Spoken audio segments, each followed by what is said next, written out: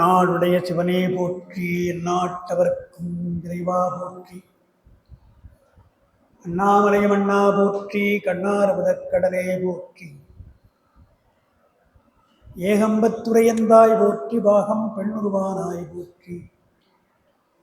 காவாய் கனகத்திரளே போற்றி, கைலை மலையானே போற்றி. எல்லாம் வல்ல எங்கள் ஏகம்பப் பெருமானுடைய திருவிழிகளை நான் மனவழிமைகளால் உண்மை வணங்கிக் கொள்கின்றேன். நெய்வேலி நகரம் சிவபுரத்தின் பன்னீர் திருமறை வளர்ச்சிக் கழகத்தினுடைய தலைவர், செயலாளர், பொருளாளர், உறுப்பினர் பெருமக்களே, அரங்கத்திலே அமர்ந்திருக்கின்ற சிவனையை செல்வர்களே, தாய்மார்களே, உங்கள் அன்புக்குரிய மனங்கணிந்த வணக்கம். மெய்கண்டாருடைய சிவஞான போதம் என்ற ஒரு அரிய நூலை நாம் சிந்திப்பதற்கு திருவருளும் ஒருவரும் நமக்கு கூட்டியிருக்கிறது. அரிய நூலை படிப்பதற்கு சிவஞான முனிவர் சில விதிகளை சொல்லுகிறார். உலகியலை நாம் துறக்க வேண்டும் என்ற எண்ணம் வரணும். முதல்ல அந்த பற்று நீங்கி பெருமானுடைய திருவிடையை அடைய வேண்டும் என்று இருவினை ஒப்பு என்று சொல்வார்கள். சித்தாந்தம் படிக்கிற பொழுது இருவினை ஒப்பு, மலபரி பாகம், சத்தினி பாகம் என்று 3 சொல்லுவாங்க. இந்த 3ம் ஒன்றுக்கு பின்னால் ஒன்று என்று இல்லை. எப்பொழுது இருவினை ஒப்பு வருகின்றதோ அல்லது எப்பொழுது மலபரிவாகம் வருகிறதோ அப்பொழுதே இருவினை ஒப்பு என்று வந்துடும். அந்த இருவினை ஒப்பு வந்தவுடனே பெருமானுடைய சக்தி பாதம் என்பது அருள்வீழ்ச்சி என்று வந்துடும். இது சித்தாந்தத்தில்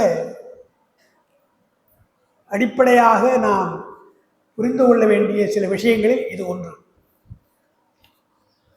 இந்த இருவினை ஒப்பு என்றால் என்ன என்பதை பற்றி பல விளக்கங்கள் பெரியவர்கள் சொல்லியிருக்கிறார்கள். சித்தாந்தம் அவற்றையெல்லாம் மறுக்கிறது. முதலாவதாக, இருவினை என்றால் நல்வினை, தீவினை, அதுதான் இருவினைன்னு சொல்லணும். நேற்று நாம் எழுதின மூலக்கர்மம் சொன்னோம் இல்லையா? அந்த மூலக்கர்மம் என்பது அது நல்வினை தீவினைன்னு கிடையாது. அது மொத்தமாக ஒரு வினை. அது அவ்வளோதான். அது நல்லதுன்னு சொல்ல முடியாது, கெட்டதுன்னு சொல்ல முடியாது, எல்லாம் அடங்கி இருக்கின்ற மூலகர்மம். அந்த மூலகர்மத்திலிருந்து நாம் செயல் செய்கிற பொழுதுதான் அது நல்வினையா தீவினையா என்று தெரியும். அப்போ நாம் செய்கிற பொழுது செயல் தான் சொல்கிறோம், வினை என்றால் செயல்னு சொல்கிறோம். ஆனால் அந்த செயல் என்பதை மனத்தால் செய்யலாம், மொழியால் செய்யலாம், உடம்பால் செய்யலாம். மனமொழிமை என்ற 3னாலும் நாம் வினை செய்யலாம். மனத்தால் செய்கிற வினைக்கு மானதம் என்று பெயர். மொழியால் செய்தால் அது வாசிகம், உடம்பினால் செய்தால் அது காயிகம் என்று மானத கர்மம், வாசிக கர்மம், காயிக கர்மம் என்று 3ஆலும் செய்யலாம். இதில் இந்த 3ஆல் செய்கிறதுல எது ரொம்ப தவறு என்றால், உடம்பினால் செய்வதும் தவறுதான். ஆனால் அதை காட்டிலும் மொழியால் செய்தால் தவறு. மொழியால் செய்வது தவறுதான், அதை காட்டிலும் மனத்தால் எண்ணினால் தவறு. அப்படி வச்சிருக்கிறாங்க. உடம்பினால் செய்கின்ற பாவத்திற்கு ஏதோ ஒரு 2 ஆண்டு காலம் தண்டனைன்னு சொன்னால், மொழியால் செய்கின்ற அந்த பாவத்திற்கு 5 ஆண்டு தண்டனை. புரியறதுக்காக சொல்கிறேன். மனத்தால் செய்கின்ற தண்டனைக்கு கடுங்காவல் தண்டனை என்று சொல்கிறாங்க. அது ஏன் அப்படி சொல்கிறாங்கன்னா, உடம்பினால் ஏதாவது ஒரு தவறு செய்கிறோன்னு வச்சுங்களேன். உதாரணமாக, ஒரு அடுத்த ஒருவனை அடிக்கிறோம், இல்லை சில பேர் கொலையே செய்கிறாங்க. இதெல்லாம் பார்க்குறோம் இல்லையா? கண்ணுக்கு நமக்கு தெரிஞ்சுது. உடம்பினாலே மற்றவர் செய்கின்ற தவறு நமக்கு தெரிந்து விடுகிறது. தெரிந்து விடுவதாலே நாம் அவனை திட்டுறோம். இந்த படுபாவி என்ன இப்படி பண்றானே, இரக்கமே இல்லையே என்பது போல ஊர் மக்கள்லாம் சேர்ந்து பேசுறாங்க. அந்த திட்டுறாங்க இல்லையா, அந்த திட்டுவதாலே அவனுக்கு கொஞ்சம் பாவம் குறைஞ்சி போகுது. அத்தனை பேரும் சேர்ந்து செய்வதாலே அவன் செய்த பாவத்தினுடைய தண்டனை குறைஞ்சி போகுது. அதனால் உடம்பினால் செய்கிற தண்டனைக்கு குற்றத்திற்கு தண்டனை குறைவு. மொழியால் செய்கிறோம்னு சொன்னால் அந்த மொழி என்று பல பேருக்கு கேட்காது. பக்கத்தில் இருக்கிற அந்த பக்கம் தான் கேட்கும், என்ன பேசலாம்னு தெரியுமே தவிர மற்றவர்களுக்கு தெரியாது. எனவே அதைவிட மொழியால் செய்தால் அடுத்தவங்க ரொம்ப பேருக்கு தெரியாது இல்லையா, எனவே அதுக்கு தண்டனை அதிகம். மனசால செய்வது யாருக்குமே தெரியாதுங்க இல்லையா, பெருமானு மட்டும்தான் தெரியும், அவனுக்கு தான் தெரியும். திருநீலகண்ட குயவனாருடைய வரலாற்றில் என்னை தீண்டாதன்னு அந்த அம்மா சொல்றாங்க. தீண்டி வீராயின் எம்மை திருநீலகண்டம் என்றார் என்று சேக்கிழார் சொல்றார். அவர் என்ன பண்றார், திருநீலகண்டர் எம்மை என்றதனால் மற்ற மாதரார் தம்மை மனத்தினும் தீண்டேன்னார். அந்த அம்மா சொன்னது என்ன தீண்டாத, என்ன தொடாதன்றார். ஆனா அவர் என்ன எடுத்துக்கிட்டார், திருநீலகண்டத்து மேல் ஆணை வைத்ததாலே உன் வார்த்தை எம்மைன்னு வந்ததாலே மற்ற பெண்கள் எடுத்துக்கிறார். எம்மை என்றதனால் மற்ற மாதரார் தம்மை தீண்டேன் என்று சொன்னால் மனத்தினும் தீண்டேன், கையால மட்டும் மனசுல கூட தீண்ட மாட்டேன். அப்படியே இருந்தாலும் பாருங்க, அப்படியே இருந்தார். இப்போ அடுத்த மாதரை மனசால் அவர் தீண்டவில்லை என்பதை யாருக்கு தெரியும்? கொய்யவனாருடைய மனைவியை தீண்டாது அவங்களுக்கு தெரியும், மற்றவங்களுக்கு தெரியாது. அற்புறு புணர்ச்சியின்மை அயல் அறியாமை வாழ்ந்தார் என்றார். அவங்க ரெண்டு பேருக்குள்ள இப்படி ஒரு சபதம் இருக்கிறது, தீண்டாமல் தனித்தனியாக இருக்கிறார் என்பது பக்கத்தில் இருக்கவங்க தெரியாது. இன்னும் மனசில் அவர் எதையும் தீண்டவில்லைன்னா யாருக்கு தெரியும்?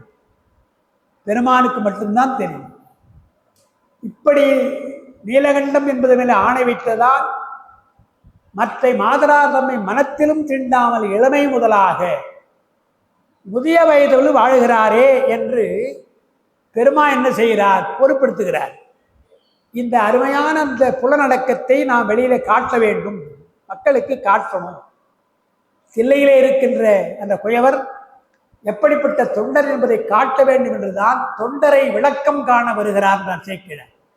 தொண்டர் ஒருவர் இப்படி இருக்கிறார் என்பதை மற்றவர்களை காட்டுவதற்காக வருகிறார் என்றார், மனத்திலும் தீண்டாமல் இருக்கிறார் பார்க்கும். அதனால் குளத்திலே மூழ்கிறார், எழுகின்ற பொழுது இளமையாக எழுகிறார்கள் என்று சொல்றார். எந்த இளமையை அவர்கள் போக்கினார்களோ அந்த இளமையை பெருமான் தருகிறான். தந்தினை அங்கே வாருங்கள், சிவலோகத்திற்கு வாருங்கள் என்று அழைத்து செல்கிறான் பார்க்கும். அப்ப மனத்தினும் தீண்டாது என்பதை பெருமான் மட்டும்தான் அறிய முடியும். அதுபோல மனத்திலே செய்கின்ற குற்றங்களோ பாவங்களையோ பெருமான் அறிகின்றான். எனவே அதற்கு தண்டனை அதிகம் என்று நாம் சொல்றோம். எனவே கர்மம் என்றால் மூன்று வகையாக நமக்கு மனமொழிமை என்று பார்க்கிறோம். திருக்குறள்ல கெடுவல் யான் என்பது அறிக தன் நெஞ்சம் நடுவுரை அல்ல செய்யும் என்று ஒரு பொருள் இருக்கு. அடுத்தவன் மேலே ஏதாவது நீங்கள் பழி போடுவதோ அல்லது அவனை கெடுக்க வேண்டும் என்றோ எண்ணினால், மனசில் அப்படி எண்ணினால் நாம் என்ன நினைக்கணுமா, நாம கெட்டு போறோம், எனவேதான் இந்த மாதிரி புத்தி நமக்கு வருதுன்னு நினைக்கணுமா? முதல் அடுத்தவனை கெடுக்க வேண்டும் என்று எண்ணினால் நாம கெட்டு போக போறோம்ன்றதை நீ முதல்ல தெரிஞ்சுக்கோ. கெடுவல் யான் என்பது அறிக என்று சொல்றார். அதுக்கு என்ன பாட்டு அப்படின்னு சொன்னார், தன் நெஞ்சம் நடுவரை அல்ல செய்யினார். நடுநிலைமை இல்லாதவற்றை மனம் செய்தால் வருது. பரிமேலழகர் மனம் எப்படி செய்யும்? மனம் நினைக்குமே தவிர செய்யாது, கைதான் செய்யும். மனம் நினைக்கும் தானே பாடியிருக்கணும். கெடுவல் யார் என்பது அறிய தன்னெஞ்ச நடுவரி அல்ல நினைப்பின் தான் சொல்லியிருக்கணும், செய்யும் சொல்றார். அதுக்கு பரிமேலழகர் என்ன உரை எழுதுறார், நினைப்பதும் செய்தலோடு ஒக்குமாதலால் செய்யும் என்றார். நீங்க நினைச்சாலே போதும், செய்ய வேண்டிய என்ற அவசியம் கிடையாது. செய்தால்தான் பாவம். நான் நினைச்சதை தவிர ஒன்றும் செய்யலையான்னு சொல்ல முடியாது. நினைப்பதே பாவம் என்று சொன்னால் திருவள்ளுவர் எவ்வளோ விஷயங்களை நுட்பமாக சொல்லியிருக்கிறார். நமக்கு வருகின்ற மனம் என்றால் அதில் என்னென்ன குற்றங்கள், மொழி என்றால் அதிலே என்னென்ன குற்றம், உடம்பு என்றால் அதன் மூலமாக என்ன குற்றங்கள் என்று பட்டியலிடுகிறார். மனசினாலே என்னென்ன குற்றம் என்றால் அழுக்காறு, அவா, வெகுளி, பொறாமை, ஆசை, கோபம். இது மனத்தினுடைய குற்றம். மொழியினுடைய குற்றம் என்ன என்றால் முதல்ல பொய். பொய் தான் மொழியில குற்றம். நம்ம சாதாரணமாக சொல்லுறோம், பொய்யை சாதாரணமாக சொல்லுறோம். பெரியவர்களெல்லாம் பஞ்சமா பாதகத்தில் பொய் ஒன்றுன்றாங்க. கொலை, களவு, காமம் போல பொய் என்பதும் பாதகம், பஞ்சமா பாதகத்தில் அது ஒன்றுன்றாங்க. அப்போ பொய் மொழியினுடைய குற்றம். அடுத்து புறங்கூறுதல், அடுத்தவரை பற்றிய குறை குற்றத்தை அவன் இல்லாமல் இருக்கிற போது சொல்லுதல் குறை, அது புறங்கூறுதல். கடுஞ்சொல் சொல்லுதல், கடுமையாக பேசுவது மொழியினுடைய குற்றம். புறங்கூறுதல், கடுஞ்சொல், பொய், இதனோடு சேர்த்து பயனில்லாதவற்றை பேசுதல். பயனில்லாத சும்மா பேசுகிறாங்க இல்லையா, இன்னைக்கு கூட ஆங்கிலத்தில் சேட் பண்ணலான்றாங்க. சேட் பண்ணலான்னா சும்மா பேசலாம் வாங்க, அது எவ்வளோ பெரிய தப்புங்க. ஒரு மொழி, அந்த மொழியை வீணாக்குறோம், பெருமான் கொடுத்த அந்த கருவியை வீணாக்குறோம், காலத்தை போக்கும், சும்மா உட்காந்து காலத்தை போக்கும். எனவே புறங்கூறுதல், கடுஞ்சொல் சொல்லுதல், பொய் போன்றவை எல்லாம் மொழியினுடைய குற்றம். உடம்பினுடைய குற்றம் என்ன என்றால் முக்கியமாக வன்முறை, அடுத்தவரிடத்திலே வன்முறையாக நடத்தல், அப்புறம் காமம். இவையெல்லாம் முறையற்ற காமம், இவையெல்லாம் உடம்பிலே வருகின்ற குற்றம் என்று வள்ளுவர் இதெல்லாம் வரிசையாக சொல்கிறார். அதில் ஒரு விஷயம் என்னன்னு சொன்னால், மனம் சொல்கிறோம் இல்லையா, அழுக்காறு, அவா, வெகுளின்னார், கூட இன்னாச்சொல் என்று சேர்க்கிறார். நான் சொல்கிறார் ஒரு குறள், அழுக்காறு, அவா, வெகுளி, இன்னாச்சொல். அதை விளக்குறவங்க என்ன விளக்குறாங்க, அழுக்காறு பொறாமை வந்தால் அவா வரும், ஆசை வரும். அவா ஆசை வந்தால் கோபம் வரும், அது ஆசை நிறைவேறனா கோபம் வரும். கோபம் வந்தால் கடுஞ்சொல் வரும். இது ஒன்னோடு ஒன்று தொடர்புடையது. அதனாலே இப்படி ரிவர்ஸில் நீங்கள் பார்த்தீங்கன்னா, கடுஞ்சொல் ஏன் வருகிறது என்றால் கோபத்தால் வருகிறது. கோபம் ஏன் வருகிறது என்று சொன்னால் அவா ஆசையால் வருகிறது. அவா ஏன் வருகிறது, அழுக்காற்றினால், பொறாமையால் வருகிறது. அதோடு நிறுத்தக்கூடாது. பொறாமை ஏன் வருகிறது, அதை கேட்கணும் இல்லையா, வருகிறது, அது என்ன பண்ணுறது சார், இதுக்கெல்லாம் காரணம் சொல்ல முடியும். கடுஞ்சொல்லுக்கு கோபம் காரணம், கோபத்திற்கு ஆசை காரணம் சொல்லலாம். பொறாமைக்கு என்ன காரணம் என்று சொன்னால் பொறாமை வருகிறது. அதுதான் என்ன எழுதுறாங்க, பொறுமை என்ற சொல்லுக்கு எதிர்ப்பதம் எது என்றால் பொறாமை. பொறாமைக்கு எதிர்ப்பதம் பொறுமைன்னு நமக்கு தெரியாதுங்க, அது பல பேருக்கு தெரியாது. பொறுமை வேறுன்னு நினைக்கிறாங்க. இது பொறுமை என்றால் பொறுத்து கொள்ளுதல், பொறாமை என்றால் பொறுத்து கொள்ளாமை. எதை பொறுத்து கொள்ளாமை என்றால் பிறர் ஆக்கம் பொறாமை. என்ன, அடுத்தவன் முன்னேறுவதை நாம் பொறுத்துக்கல. ஒன்று அவன் என்ன பண்ணான், அவன் படித்தா முன்னேறான், புத்தி உள்ளவன் முன்னேறான், உனக்கு என்ன கோபம், அதில் ஏன் வருது கோபம் என்றால் அந்த கோபம் வருகிறதல்லவா. வருவதற்கு என்ன காரணம் என்று சொன்னால் வேதங்கள் என்ன சொல்றாங்க, வேதங்களில் பொறாமையை அவித்தைன்றாங்க.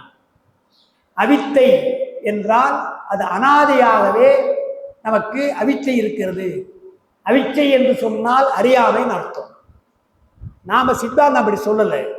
சித்தாந்தத்துக்கு காரணம் பொறாமை ஏன் வருது என்று சொன்னால் பொறாமை என்பது ஆணவத்தால் வருகிறது நாம சொல்றோம். அவிச்சை என்பது ஆணவத்தால் வருகிறதுன்னு சொல்றோம். ஆணவம் ஏன் வருகிறதுன்னு நமக்கு சொல்லியிருக்கிறோம். அது இயல்பாகவே அந்த ஆணவம் உயிரோடு கலந்திருக்குது என்று நாம சொல்றோம். எனவே அந்த இயல்பாகவே பொறாமை வருது இல்லையா, அதைத்தான் வள்ளுவர் மாசுன்றார். மனத்துக்கள் மாசு இளன் ஆதல்னு சொல்றாரு. அது என்ன தெரியுங்களா, அபாவைகளெல்லாம் இல்லை, இதற்கெல்லாம் மூல காரணமாக இருக்கின்ற பொறாமை. அந்த பொறாமையைத்தான் காரணம் என்று சொல்லுகிறார். நான் சொல்லியிருக்கிற வழக்கம் உண்டு. அதை இந்தம்மா பர்வீன் சுல்தானா எங்கெங்கயோ அதை சொல்கிறாங்கன்னு சொன்னாங்க. நான் சொன்ன ஒரு விஷயத்தை ஐயா சொல்லுவாங்கன்னு எங்கே சொல்கிறாங்க, நான் கேட்டேன்.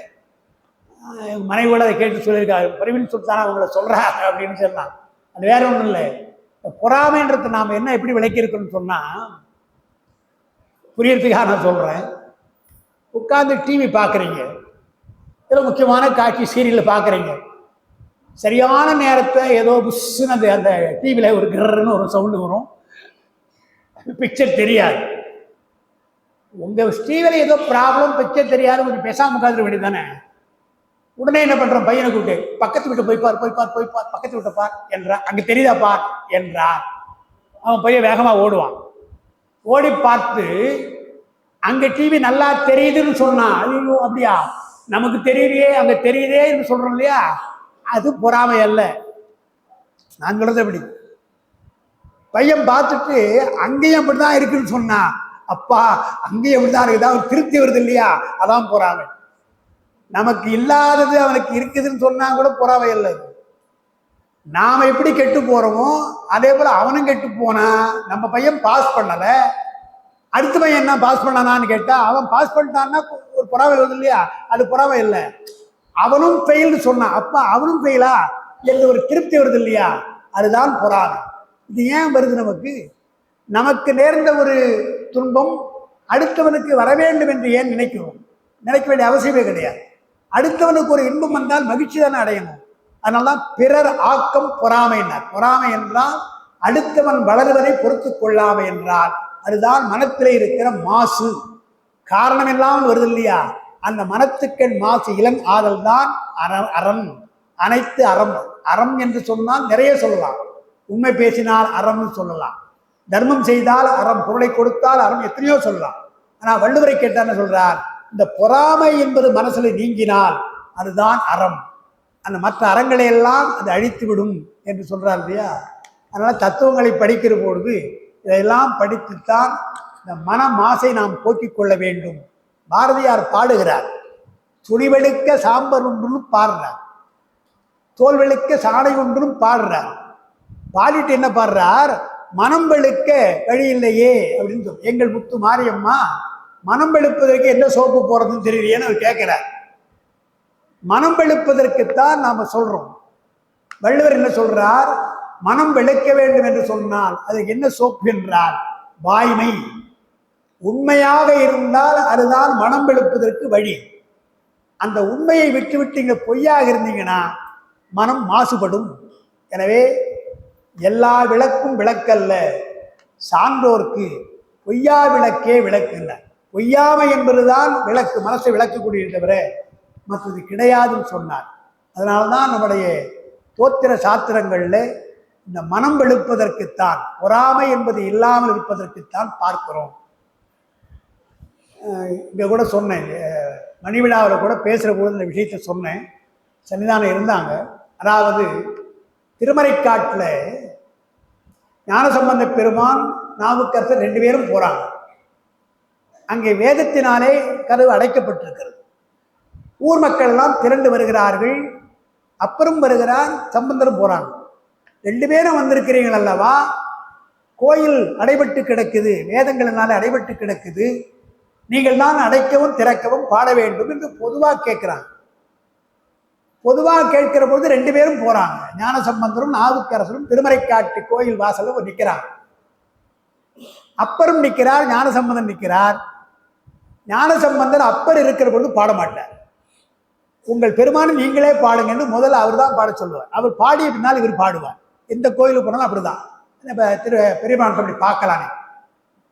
அதே போல அங்கே நின்ற உடனே என்ன பண்றார் ஞானசம்பந்தர், அப்பர் இருக்கிற பொழுது நாம பாடக்கூடாது என்று சொல்லி நீங்க பாடுங்க, திறக்க நீங்க பாடுங்களேன்றார்.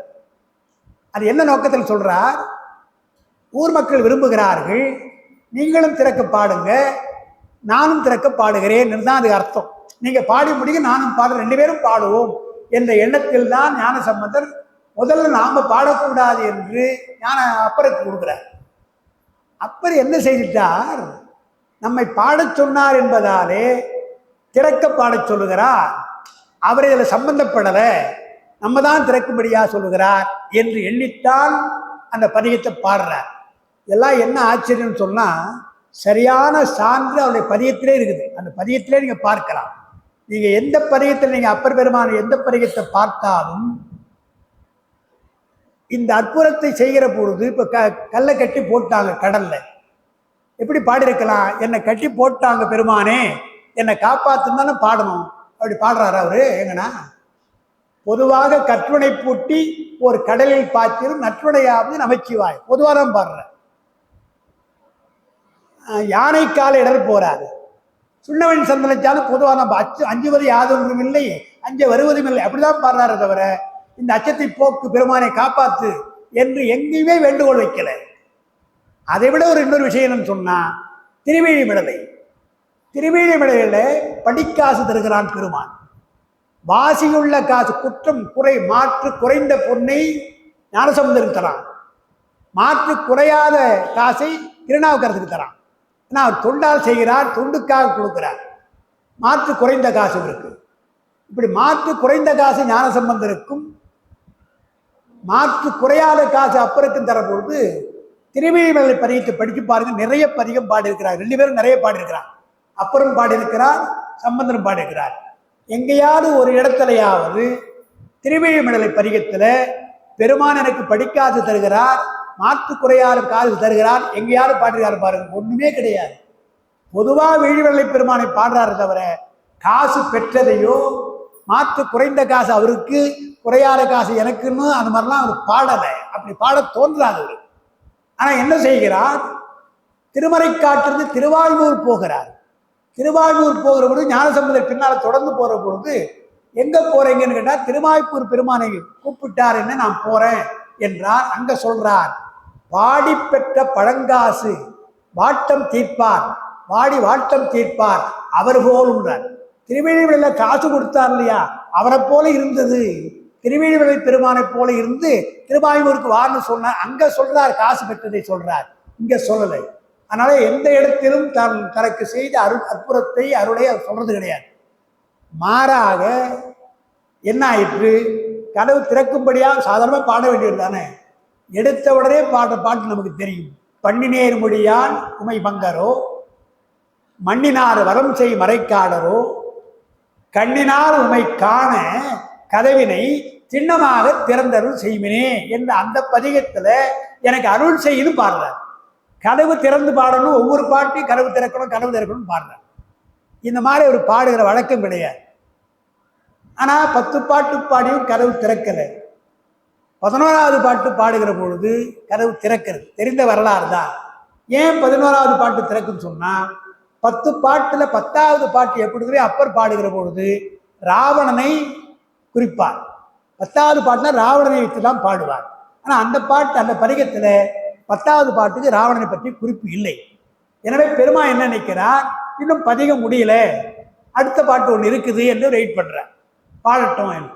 இவர் முடிச்ச பிறகு ஞானசம்பந்தர் பாட போறான்னு வெயிட் பண்றார். இவர் என்ன செய்துட்டார்? கடைசி பாட்டில் பொதுவாக பாட வேண்டியது தானே, கொஞ்சம் கோபப்படுவது போல பாடுகிறார். நமக்கு பாட்டு தெரியும். அரக்கனை விரலால் அடர்த்திட்ட நீர் இரக்கம் ஒன்று நீர்ந்த, என்னையா இறங்க மாட்டேன்றீங்களே, 10 பாட்டு பாடின கதவு திறக்கலையே என்று இரக்கம் ஒன்று நீர் எம்பெருமானேன்னு சொன்ன உடனே சரக்கை கதவும் சீக்கிரம் தரங்கையா. இது அப்பருடைய ஸ்டைல் கிடையாது. அப்பர் கெஞ்சுவாரை தவிர மிஞ்ச மாட்டார். ஆனால் மிஞ்சி பாடுகின்ற பாட்டாக வந்த உடனே பெருமான் பார்க்கிறார், இது என்ன அப்பருக்கு இவ்வளவு கோபம் வருது என்று ஞானசம்பந்தத்தை பற்றி கவலைப்படலை. சரக்கை கதவு திறமையில திறந்து வச்சுக்கிறார். திறந்தாச்சு போய் தரிசனம் பண்றாங்க. இதை ஞானசம்பந்தர் பார்க்கிறார். ஞானசம்பந்தருக்கு ஒரு வகையில் ஏமாற்றம் தானே அது, எல்லாம் வெளியே சொல்லலாம். 10 பாட்டு அவர் பாடினா நம்ம அடுத்து நாம பாட போவோம், 2 பேரும் பாடி பெருமானை தரிசிக்கலாம் தானே எண்ணியிருப்பார் ஞானசம்பந்தர். ஆனா அதுக்கு இடம் கொடுக்காமல் இவர் சரக்கையை கதவு திறவனேன்னு சொன்னதுனால ஞானசம்பந்தர் பாடுவதற்கு முன்னாலேயே பெருமான் கதவை திறந்துட்டார். பெருமானுக்கு ஒரு கஷ்டம் இருக்கு இல்லையா, ஒரு பாட்டு மிஸ் ஆகி போச்சு நமக்கு இல்லையா, ஒரு பதிகம் பாடிருக்கலாம், ஞானசம்பந்தர் பாடியிருப்பாரு இல்லையே எல்லாம் மிஸ் ஆயிருக்கு இல்லையா. அதனால என்ன செய்கிறார், பார்ப்போம் என்று அதே போல போயிட்டு திரும்பி வராங்க. திரும்பி வர்ற போது அடைக்க அவர் தான் பாடியாகும். நான் திறக்க பாடுறேன், நீ அடைக்கணும் அவர் தானே பாடணும். என்ன ஞானசம்பந்தர் எண்ணுகிறார், 10 பாட்டு பாடியும் திறக்கலை, நாம் என்ன பண்ணணும்? அவர் என்ன எடுக்கிறார், நமக்கு 10 பாட்டுக்கு வெயிட் பண்ணக்கூடாது. 10வது கடைசி பாட்டு தான் அவர் சொன்னார், முதல் பாட்டிலேயே நம்ம திறக்க முடியாது பாடணும். அப்பதான் தமிழுடைய பெருமை, தன்னுடைய பெருமை அல்ல. அப்புறம் விட நாம பெருசுன்னோம், நாம் அந்த தம்முடைய ஆற்றலைக்கு அதுக்காக சொல்லலை, தமிழ் பதிகத்தை என்ன சொல்லுவாங்க? வேதத்தால் அடைக்கப்பட்ட அந்த கதவு அப்பர் பெருமான் ரொம்ப அரிதில் திறந்தார். 11வது பாட்டு பாடி கெஞ்சி கூத்தாடி இறக்கமில்லையான்னா பாடித்தான் திறந்தான்னு சொல்லுவாங்க. அப்படி இருக்கக்கூடாது என்று சொல்லி முதல் பாட்டிலேயே மூட வைக்க வேண்டும் என்றுதான் அவர் பாட்டு அங்க அப்படிதான் வருது இல்லையா? சதுரம் மறைதான் துதி செய்து வணங்கும் மதுரம் பொழில் சூழ் மறைக்காட்டுரை மைந்தா, இது நன்கு இறை வைத்தருள் செய் எமக்குன்ற என்ன குயிக் ஆன்சர். இது நமக்கு இறைனா பதில் அர்த்தம். வெயிட் பண்ண வேண்டாம். 11 பாட்டு 10 பாட்டு நான் பாட மாட்டேன். இது நன்கு இறை வைத்தருள் செய்க எமக்கும் கதவம் திருக்காப்பு கொள்ளும் கருத்தாலே, சீக்கிரம் கதவை மூடுங்கன்னு முதல் பாட்டே சொல்றார். முடிச்சு கதவு. அப்புறம் 10 பாட்டு பாடுறார். ஊர் மக்களுக்கு ப்ரூவ் பண்ணியாச்சு. 11 பாட்டு பாடியும் திறக்கலாம், ஒரு பாட்டு பாடியும் மூடலாம் என்று 2 பேரும் சொல்லியாச்சு. முடிஞ்சு போச்சு கதை. இனிமேற்பட்டு தான் பிரச்சனை. அப்புறம் யோசிக்கிறார், ஒரே பாட்டில் மூடிக்கிச்சின்னு சொன்னா யாரா இருந்தாலும், அதுதான் அங்கே நான் நெருமுரசை சொன்னேன், யாரா இருந்தாலும் பொறாமை வரும் இல்லையா? என்ன நாம 10 பாட்டு பாடணும், ஒரு பாட்டு பாடினாரு என்று அப்படி எண்ணக்கூடியவரா அப்பர் பெருமான். நேற்று சொன்னேன் இல்லையா, ஞானசம்பந்தரை தரிசிக்க போறபொழுது உடம்பெல்லாம் அவர் நடுங்குதே, எவ்வளவு பெரிய போய் தரிசிக்கிறோம் என்று. பல்லக்கை சுமக்கிறாரே, எவ்வளவு பெரியவர் அவர். ஞானசம்பந்தரை எப்படி மதிக்கிறார், என்ன எண்ணுகிறார், அதுதான் சேர்க்கிறார் சொல்றார். பொறாமை என்பது இயல்பாக வரும், யாராயிருந்தாலும் வரும். நானும் வனசைமூர்த்தின்னு தான் பேசுறோம். கைத்தட்டு அவருக்கு அதிகமாக விழும், ஏன்னா நகைச்சுவையா பேசுவார், கைத்தட்டு விழும். நான் கோச்சிக்கலாமா?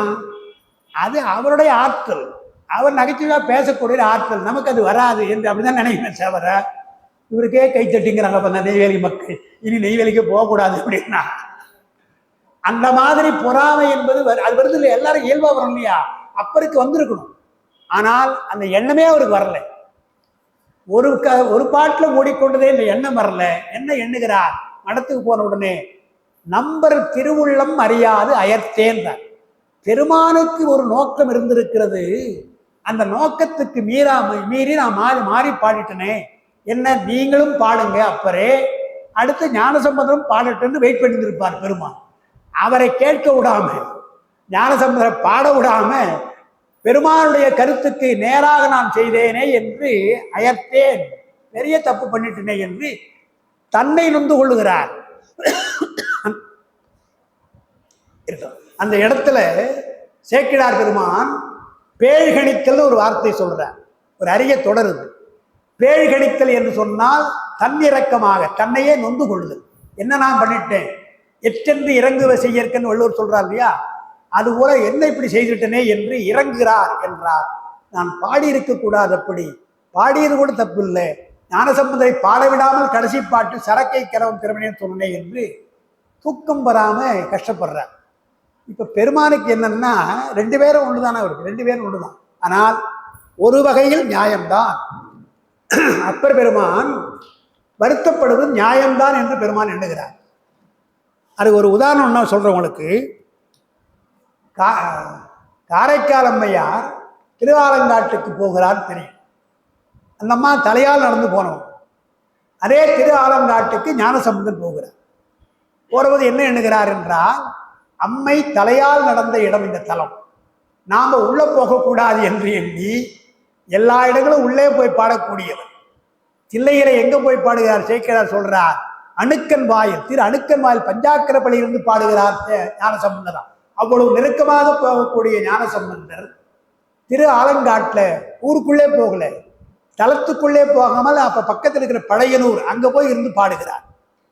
எப்படி பாடல போய் தங்கிட்டார். இரவு தூங்குகிற பொழுது அவருக்கு கனவு வருகிறது. பெருமான் கனவுல வருகிறார். கனவுல வந்து என்ன சொல்லுகிறார், நீ வராதது சரியென்ற, உன்னுடைய எண்ணம் சரி. ஏன்னா காரைக்காலம்மை கையில தலையால் நடந்தாங்க, தலையால் நடந்த அந்த தலத்தை நீ மிதிக்கக்கூடாது என்று எண்ணினாயே, அது சரின்னு ஒத்துக்கிறார். அது வராது சரி, ஆனா எங்கிருந்தாலும் பாடலாம் அல்லவா, ஒரு பதிகம் பாடன்ற. எங்கிருந்த பாடலாம், பழையிலிருந்து ஒரு பதிகம் பாட, ஆலங்காட்டு பதிகம் பாட, அதுல என்ன இருக்குது, நான் அதை மிஸ் பண்ண விரும்பலன்றார். எனவே எழுந்து உட்கார்ந்துட்டார். தூங்குறவர் எழுந்து உட்கார்ந்துட்டார்.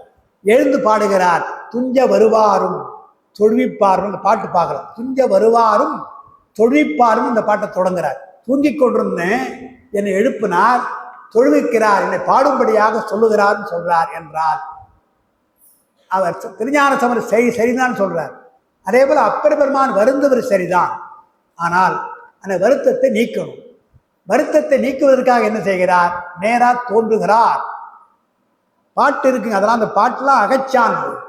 நேரா தோன்றுகிறார். தோன்று என்ன செய்கிறார்? திருவாயூருக்கு வா என்று சொல்றார். அங்க வாப்பா என்று சொல்றான்னு வருது. உடனே எழுந்து போகிறார். சரியா தூக்கம் இல்லை, எழுந்து போகிறார். வேகமா ஓடுறார். திருவாயூர் பெருமானை போல அங்கே இருக்கிறார். பெருமான் போயிட்டே இருக்கிறார். பின்னாலே தொடர்கிறார். வேகமா அவர் போய் வேகமா அப்புறம் ஓடுறார். ஞானசம்பந்தர் திருமணத்தில் பார்க்கிறார். என்ன அப்பர் இந்த ராத்திரில எங்க ஓடுறான்னு கேட்கிறார். நமக்கு தெரியலீங்க, ஒன்றும் தெரியல. அப்புறம் ஓடுறாருன்னு தொண்டர் சொன்னோடனே இவரும் ஓடுறார் கூட. இவரும் கூட ஓடுறார். ரெண்டு பேரும் ஓடிட்டே கேட்கிறார். அப்புறம் கேட்டு போய் என்ன ஏன் ஓடியாடுறீங்கன்னு கேட்டா, பாட்டு நமக்கு இருக்கிறது. என்ன பாட்டு என்றால், எங்கே தோன்றும் திருவாய்மூர் அங்கே வா என்று சொன்னார் அடிகள், அங்கே வான்னு சொன்னார். திருவாய்மூர் செல்வரா அங்கே வான்னு சொன்னா அதுக்காக போறேன் என்று சொல்லிட்டு, கழிய கண்டிலேன் கண்ணுதிரே கண்டேன். நேரா பார்த்தேன். நேரா பார்க்கின்ற பெருமானை மறையலை. கழிய கண்டிலேன் கண்ணுதிரே கண்டேன். ஓடுகிறார் என்று நான் ஓட்டந்தேன், அதனால ஓடியாடுறார். இதெல்லாம் பதியத்தில் இருக்குது. ஓடிட்டு ஞானசம்பந்தர் கேட்கிறார், பதில் சொல்றார். சொல்லிட்டு போற பொழுது அந்த கோயிலுக்கு போற பொழுது பெருமான் மறைகிறார். கண்ணுக்கு தெரியல. அப்பர் பெருமானுக்கு கண்ணுக்கு தெரியுது. அங்க ஒரு பாட்டு பாடுறார். கூடவே வந்தீங்களே பெருமானே, எங்க போயிட்டீங்க மறைகிறீங்களே என்று கேட்கிறார். பாட்டு எப்படி இருக்கு தெரியுங்களா? திறக்க பாடிய எண்ணினும் செந்தமிழ் பாடி உரைப்பு பாடினாரே அவரும் உன்னின்றார். மறைக்க வல்லவோ மறைக்காடுறேன்னு பாடுறார். எனக்கு மறைக்கலாம், ஆனால் ஞானசம்பந்தம் இருக்கிறார் இல்லையா, அவர் உரைப்புக்குது. கதவு பாடி மூடினார் அல்லவா, திறக்க நான் பாடினேன். அது நான் பண்ண தப்பு, அதுக்காக நீ மறையலாம். ஆனால் உரைப்பு பாடு, செந்தமிழ் உரைப்பு பாடி அடைப்பித்தாரும் உன்னின்றார், பக்கத்திலே இருக்கிற அவருக்கு மறைக்கலாமா என்ற உடனே பெருமான் தோன்றுகிறார். பெருமான் தோன்றுகிறார். ஞானசம்பந்தருக்கு தெரிகிறது. இதோ பெருமான் தோன்றுகிறாரே, வாய்மூர் செல்வரார் தோன்றுகிறார்னு அப்பர் பேர் ஞானசம்பந்தர் சொல்லுகிறார். அப்புறம் எங்கன்னு கேட்கிறார். எங்க காணமே என்ன, இதோ தோன்றுகிறார் என்று ஞானசம்பந்தர் காட்டுகிறார். காட்டிய பின்னால் பெருமான் அவருக்கு காட்சி அளிக்கிறார். திருவாயூர் பெருமான் காட்சி அளிக்கிறார். இதான் நடந்த செய்தி. அப்புறம் அப்பருக்கு ஒரு திருப்தி வருது. என்ன திருப்தின்னா, மறைக்காட்டு பதிகம் பாடி அடுத்து ஞானசம்பந்தம் பதிகம் பாடிய பின்னால் இதோ மறைக்காட்டு பெருமான் என்றுதானே ஞானசம்பந்தம் சொல்லியிருப்பார். அப்படி சொல்வதற்கு வாய்ப்பு இல்லாமல் நாம திறந்து இதோ மறைக்காட்டு பெருமான் அவருக்கு காட்ட வேண்டியதா போய்விட்டதே என்றுதான் வருந்தினார். அதை மாற்றுவதற்காக திருவாயூர் பெருமான் இதோ இருக்கிறார் என்று ஞானசம்பந்தர் காட்ட இவர் மனம் திருப்தி அடைந்தார் என்றால், அடியார்கள்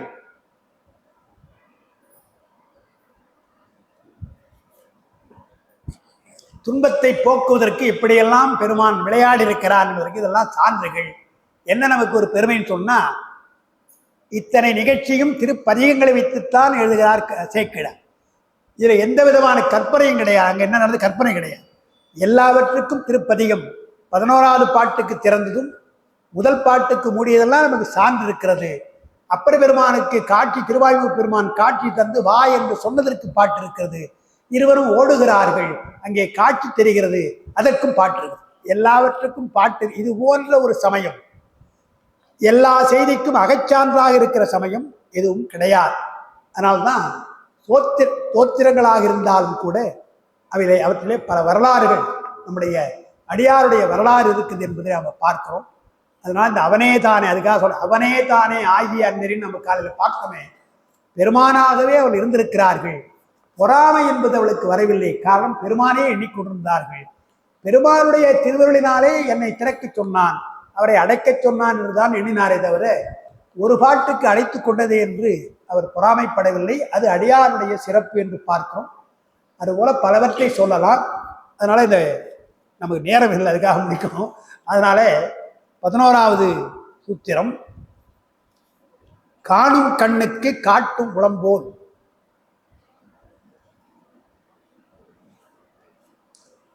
காண உள்ளத்தை கண்டு காட்டலின் அயரா அன்பின் அரண்கள் செலுமே. அதான் 11வது சூத்திரம். அது என்ன உதாரணம் சொல்லுகிறார் என்றால், கண்மொழியைத்தான் சொல்றார். உதாரணம், ஏன்னா 5 உறுப்புகளில் கண் தான் சிறந்த உறுப்பு. சிலர் கேட்கலாம், மெய்வாய் கண்மூக்கு செவியில எது சிறந்ததுன்னு கேட்டால் நம்ம முடிக்கக்கூடாது. வாயும் சிறந்தது தான், மூக்கும் சிறந்தது தான், எல்லா உறுப்புகளும் சிறந்தான், எதையும் விட்டுக் கொடுக்க முடியாது. ஆனால் பெரியவர்கள் என்ன அறநூலாக இருந்தாலும் சரி, இதுபோல இலக்கியங்களாக இருந்தாலும் சரி, கண்தான் சிறந்த உறுப்புன்னு சொல்லியிருக்காங்க. அதுக்கு என்ன காரணம் இருக்கும் இல்லையா? சிவபிரகாசர் எடுத்து படிச்ச 4 நான்மணி மாலை, இந்த 4 நான்மணி பாடிய சிவபிரகாசர் நன்னெறி என்று ஒரு நூல் எழுதியிருக்கிறார். 40 பாட்டு, அழகான பாட்டு, அழகான ஓமை அது வருது. அதில் என்ன சொல்றார்? கண்ணில் சிறந்த உறுப்பு இல்லை, மற்ற நூல்கள் எல்லாம் கண்ணில் சிறந்த உறுப்பு கிடையாதுன்னு சொல்றார். ஏன் கண் சிறந்தது என்பதற்கு சிவபிரகாசர் தான் பதில் சொல்றார். என்ன சொல்ற தெரியுங்களா? வேற ஒன்றும் சொல்லல. உடம்பிலே எந்த இடத்துல அடிபட்டாலும் அழுவது எது என்றால் கண்தான் அழுகிறது இல்லையா? கையில் அடிபட்டா கையா அழுது, இல்லை காலா அழுது. உறுப்புகளிலே எது அடிபட்டாலும் கண்தான் அழுகிறது அல்லவா? எனவே அடுத்தவனுக்காக அழுது இல்லையா? எனவே கண்தான் சிறந்தது. முதல் விஷயம் அது. அடுத்தவனுக்காக யார் அழுகிறோமோ அதுதான் சிறந்தது. 2வது, இலக்கியமாக சொல்லுவாங்க, பொருள் தேடுவதற்காக தலைவன் போகிறான், தலைவியை விட்டுட்டு பொருள் தேட போறான். அது இலக்கியங்களை வரும். தலைவி என்ன எண்ணுவாள்? பொருளை அப்படம் தேடிக்கலாம், எங்களுடைய இரியான்னு சொல்லணும். ஆனால் சொல்ல முடியாது. ஏன்னா பொருள் மிக முக்கியம், வாழ்வதற்கு பொருள் முக்கியம். எனவே கடமையை தடுக்கக்கூடாது. எனவே நேரம் போயிடுறான். ஓரப்பொழுது தலைவி தோழியை பார்த்து சொல்றா, மேலோர் தான், கீழோர் தான் என்று சொல்றான். மேன்மக்கள் எல்லாம் மேன்மக்கள் தான், கீழ்மக்கள் எல்லாம் கீழ்மக்கள் தான் அவர் சொல்றான். அது என்ன அர்த்தம்னா, தலைவன் போறான் இல்லையா, போற பொழுது தலைவியை திரும்பி பார்க்கும் போறான். பிரிய முடியலையே என்ன, திரும்பி பார்க்கிறான். அவன் போகிற பொழுது கண்கள் திரும்பி பார்க்குது, அது மேலோ. எனவே பிரிகிற பொழுது திரும்பி பார்க்குது. கீழோன்னா கால் இருக்கு இல்லையா, அது மட்டும் போகுது நேராக இல்லையா, திரும்பாம போகுது. எனவே என்னை திரும்பி பார்க்காமல் கால் நேராக போகிறது, ஆனால் கண் பிரிய முடியாமல் திரும்பி பார்க்குது அல்லவா? எனவே மேலோர் தான், கீழோர் தான் என்று கண்ணுக்கு இப்படியெல்லாம் சில சிறப்புகள் நாம் சொல்லியிருக்கின்றோம். தத்துவத்தை நீங்க பார்த்தீங்கன்னா, பிரமாணம் என்று சொல்ற பொழுது காட்சி பிரமாணம், பிரத்யட்ச பிரமாணம் என்பதுதான் சிறந்தது. மற்றவங்க சொல்லலாம், நீங்கள் அனுமானிக்கலாம். நீங்களாக நேராக பார்த்தால் அதுதான் சிறந்த பிரமாணம். சீதை எப்படி இருக்கிறாள் பார்த்து வா என்றுதான், எங்க இருக்கிறாள் பார்த்து வா என்றுதான் ராமன் அனுப்புறான். சீதையை கண்டு விட்டான். கண்டு வேகமா திரும்பி வந்து பதில் சொல்லணும் இல்லையா? எதிர்பார்த்து கொண்டிருக்கிறார் ராமன், எப்படி இருக்கிறாளோ என்று. பதில் சொல்ற பொழுது அனுமன் எப்படி சொல்லுகிறான்னு ஒரு பாட்டு உண்டு, அடிக்கடி சொல்லுவாங்க. என்ன பாட்டு என்றால், கண்டனன்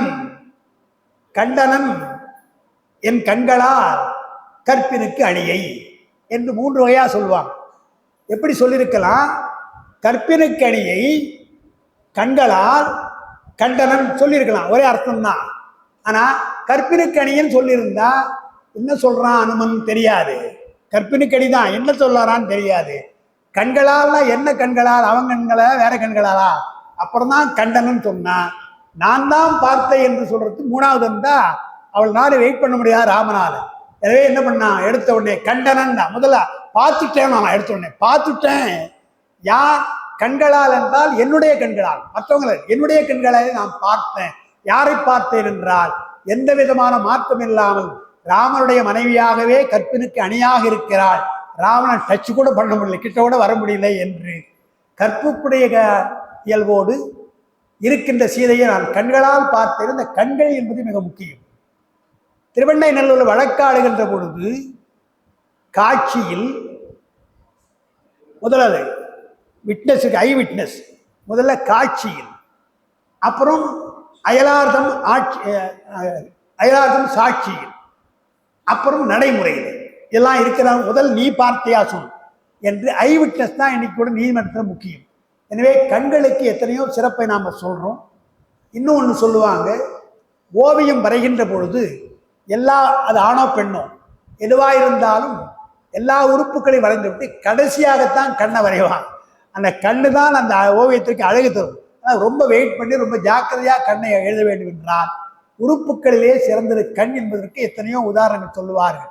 அதைத்தான் இங்கேயும் எடுக்கிறார். சாத்திரங்களையும் காணும் கண்ணுக்கு காட்டும் உளம்போல் என்ற அந்த 11வது சூத்திரத்துல காணும் கண் என்கிறார். அது என்ன அர்த்தம்னா, உயிர் காட்டும்படி, உயிர் காட்டுகிறது, உயிர் காட்டி கண் காணுகிறது. தானே கண் காணாது. கண் பார்வை உண்டு, ஆனால் எதை பார்க்க வேண்டும், எவ்வளவு நேரம் பார்க்கணும், அதனுடைய சிறப்பு என்ன என்பதெல்லாம் உயிர் காட்ட வேண்டும். எனவே காணும் கண் என்பதில் உயிர் காட்ட காணும் கண் என்று அர்த்தப்படுத்திக்கணும். அங்கே பாட்டில் அப்படி இல்லை, வெறும் காணும் கண் தான் இருக்குது. உயிர் காட்ட, ஆன்மா கண்ணு காட்டு, சடப்புள்ளா இருக்கிற கண்ணுக்கு காட்டுகிறது. உயிர் காட்ட காணும் கண்ணுக்கு காட்டும் உளம்போ என்றால், பார்க்கிற கண் என்ன பொருளை பார்க்கிறோம் என்பதை உயிர் சேர்ந்தால்தான் தெரியும். உயிருடைய அறிவில்லை என்றால் என்ன பொருளை பார்க்கிறோம் என்று கண்ணுக்கு தெரியாது, அது சடப்பொருள். எனவே என்ன ஆகிறது, ஒரு பொருளை பார்க்கிறோம் என்று சொன்னால் கண் முக்கியம், அதாவது கண் பார்வை மிக முக்கியம். அது மட்டுமல்ல, வெளியில் இருக்கிற ஒளி, புற ஒளி, அது கதிரொளியோ விளக்கொளியோ மிக முக்கியம். அந்த விளக்கொளி கண்ணிலும் கலக்கணும், பொருளையும் கலக்கணும். நான் பார்க்கின்ற பொருளையும் வரணும்.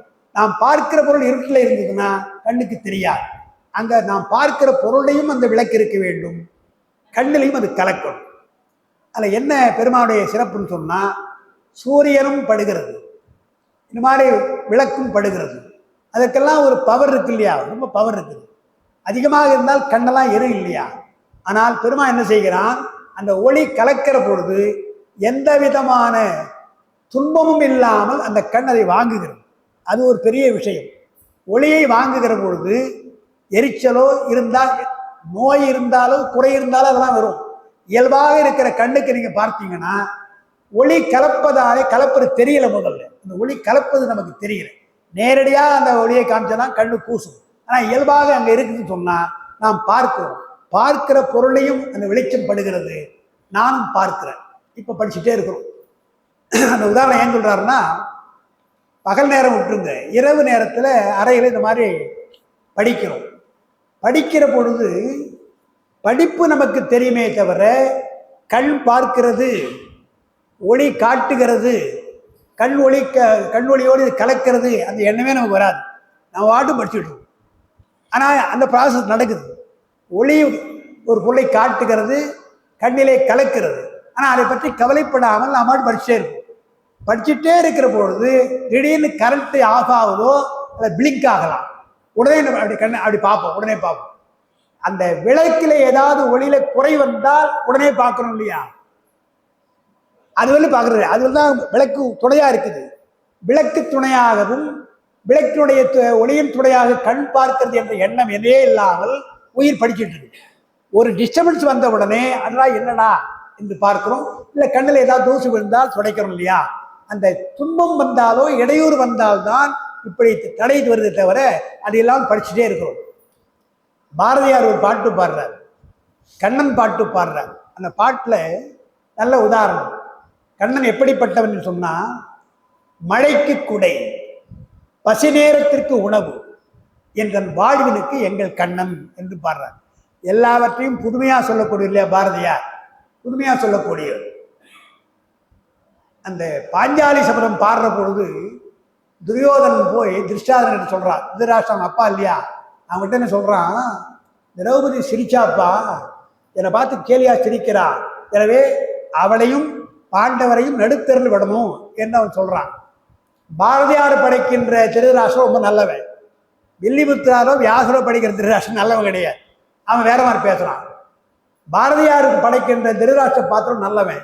எனவே அவன் என்ன சொல்றார், என்னடா இப்படி சொல்ற, ஒன்று நீ தண்ணி போட்டு போயிருப்ப, அது நீ தண்ணி போட்டுட்டு போயிருப்ப, எனவே விழுந்திருப்ப, சிரிப்பான், யாரா இருந்தாலும் சிரிப்பான். என்ன சொல்றார், தவறி விடுபவர் தம்மையே பெற்ற தாயும் சிரித்தல் மரபன்றோன்னு ஒரு வார்த்தை சொல்றார். குழந்தை நடக்குது, நடக்க முடியாம நடந்து கீழே விழுது, விழுந்த உடனே அம்மா என்ன பண்றா, சிரிக்கிறா. முதல்ல சிரிச்சுட்டு குழந்தைய தூக்குறான், குழந்தைக்கு இன்னும் நடக்க வரலையே என்று தூக்குறான். அது போல ஒரு தாய் குழந்தை பார்த்து சிரிப்பது போல உன்னை பார்த்து சிரிக்கிறா, அவளை போய் நீ தப்பா நினைக்கிறடா என்று திருதராஷ்டிரன் சொல்றான்றதுக்கு ஒரு அழகான உதாரணம். தவறி விடுவர் தம்மையே பெற்ற தாயும் சிரித்தல் மரபன்றோடு ஒரு உதாரணம் சொல்றார். அதே போல கண்ணன் எப்படிப்பட்டவர் என்றால், மழைக்கு குடை, பசி நேரத்திற்கு உணவு, எங்கள் வாழ்வனுக்கு கண்ணன்ற. மழைக்கு குடைன்னா இப்ப மழை பெய்யுதுன்னு வச்சுங்களேன். நீங்க வீட்டை விட்டு புறப்பட்டுருப்பீங்க, மழை வரும்போல இருக்குது என்று வீட்டில் சொல்லுவாங்க. இந்த கொடை எடுத்துன்னு போங்களேன்னு சொல்லுவாங்க. நாம் என்ன பண்ணுவோம், இதை எங்க தூக்கி போகிறது, இந்த கொடை வரை ஏன் எடுத்து போகிறது, ஆனால் வேணாம் அப்படின்னு வந்துடும். இங்கே மழை வரும்.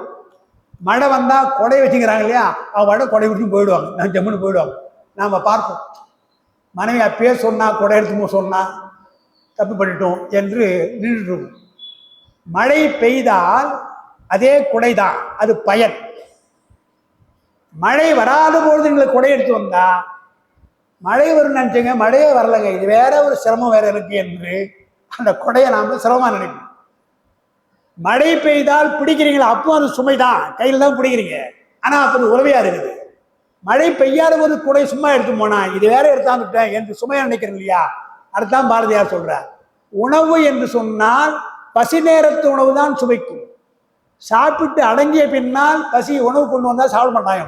பசி நேரத்திற்கு உணவு எப்படி தேவையோ, மழை நேரத்தில் எப்படி குடையோ, அதுபோல்தான் கண்ணன் இருக்கின்றான். துன்பம் வருகின்ற பொழுது எனக்கு பெருமான மழை வருவது போல, கொடை வருவது போல கண்ணன் வருகிறான் என்று ஒரு புது உதாரணம் சொல்றான் இல்லையா. அதே போலத்தான் படிக்கிற பொழுது விளக்கு அணைந்தால் விளக்கு துணை அல்லவா என்று அப்ப நினைக்கிறேன் இல்லையா. அதான் காணும் கண்ணுக்கு காட்டும் உளம் என்றார். எப்ப நாம இறைவனை எண்ணுகிறோம் என்றால், நமக்கு துன்பம் வருகிற பொழுதுதான், நான் நினைத்தது முடியாத பொழுதுதான் நமக்கு பெருமான் மேலே எண்ணம் வருகிறது. ஔவையார் சொல்றார், நீ நினைத்த காரியம் நடந்தாலும் அது பெருமான் செயல், நடக்கவில்லை என்றாலும் அது பெருமான் செயல், நீ நினைக்காதது நடந்தாலும் அது பெருமான் செயல் என்று 3 வகையா குழந்தைக்கு சொல்வது போல சொல்கிறார். எல்லாருக்கும் தெரிந்த பாட்டு அந்த பாட்டு, ஔவையாருடைய பாட்டு. ஒன்றை நினைக்கின் அது ஒழிஞ்சிட்டு ஒன்றாகும். எடுத்தோடனே நீ நினைக்கிற ஒண்ணு அதுக்கு நேர்மாறா நடக்கும். சென்னையில் இப்பெல்லாம் ரொம்ப நான் பஸ்ஸில் போகிறதில்லை, இன்வேரியபிளாக நான் பஸ்ஸுக்கு போகிற, காலேஜில் போகிற பொழுதெல்லாம் நான் விரும்புகின்ற பஸ்ஸுக்கு நிற்பேன்.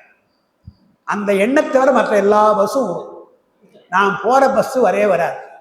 அதை விட என்ன வேடிக்கைன்னு சொன்னால், நான் போக வேண்டிய பஸ் அந்த பக்கம் போயிட்டே இருக்கும், அந்த பக்கம் போயிட்டு இருக்கும்.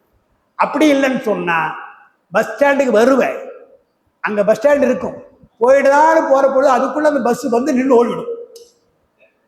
நேரடியாக நின்று பஸ் வந்தது ஏறி போறது என்னைக்குமே கிடையாது. இந்த அதிர்ஷ்டம் நமக்கு அங்கேயே தெரிஞ்சுக்கலாம் இல்லையா, நம்ம அதிர்ஷ்டம் எப்படி இருக்குது என்றால், வேண்டிய பஸ் நமக்கு வராது. இது அடிப்படை.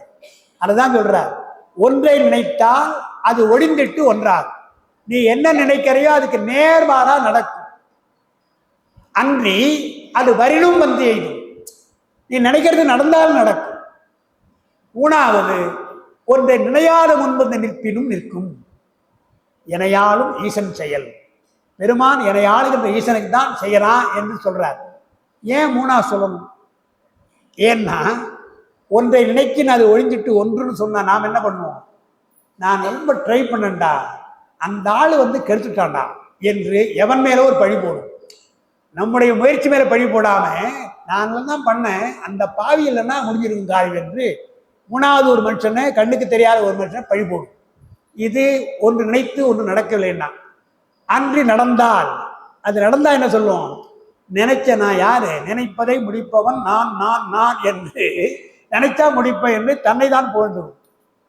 நினையாத முன்வந்து இருக்குது, அதுக்காக சொல்ல வேண்டாம், அது நான் செய்த அதிர்ஷ்டமா, நான் செய்த அதிர்ஷ்டம், முயற்சியே பண்ணல எனக்கு கிடைக்கிறது என்று 3க்கும் வேறுதான் சொல்வானே தவிர எனையாலும் ஈசன் செயல் என்று சொல்வதே கிடையாது.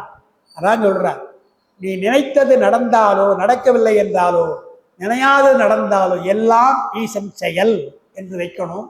எங்கள் ஆசிரியர் சொல்லியிருக்கிறார். அப்பெல்லாம் பஸ் ஸ்டாண்டுக்கு போவேன், அந்த காலத்தெல்லாம் பஸ்ஸில் அளவுக்கு மேலே ஏற்ற மாட்டாங்க, ரொம்ப லிமிட்டட் தான் ஏற்றுவாங்க. 40 மேலே ஒரு ஏற்ற மாட்டாங்க. 40 பேர் ஏறிட்டு இருப்பான். நான் அவசரமாக போனையா என்ன ஒன்று ஏற்றிக்கான்னு சொல்லுவேன், ஏறாதீங்க ஏறாதீங்கன்னு சொல்லுவான். இந்த ஏறாதீங்கன்னு சொன்னா அந்த ஆண்டவன் சொல்றது போல. ஏன்னா ஏறாதீங்கன்னா ஏறினா ஒருவேளை அந்த பஸ் எங்கன்னா ஆக்சிடென்ட் ஆனாலும் ஆகும். எனவே அது கடவுள் வார்த்தை போல.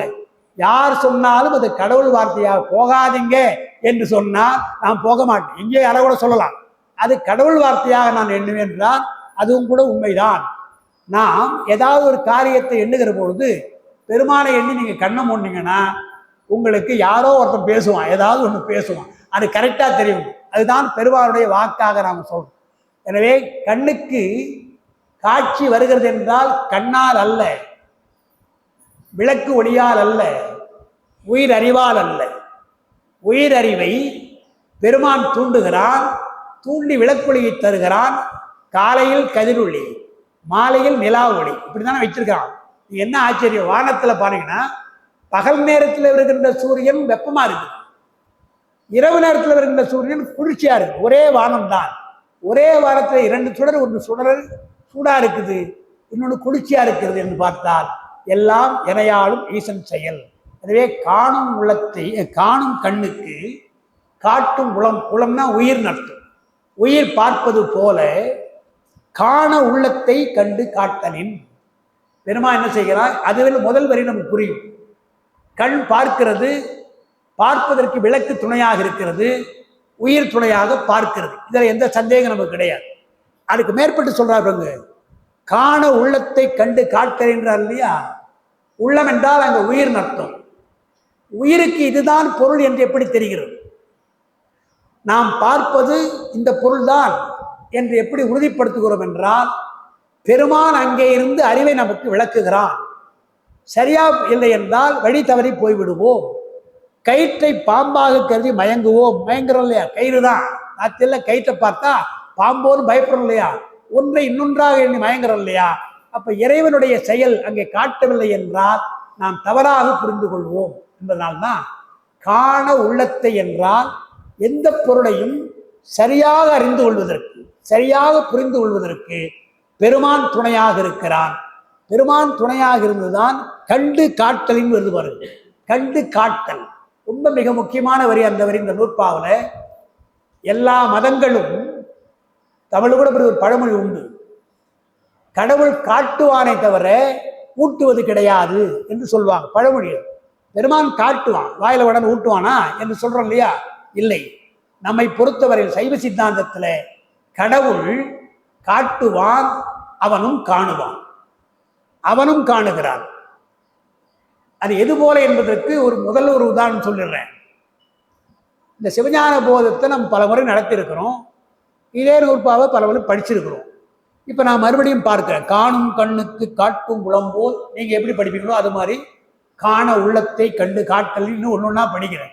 ஏன் படிக்கிறேன் என்றால் நீங்கள் புரிந்து கொள்வதற்காக. இப்ப நான் படிப்பது எனக்காக அல்ல.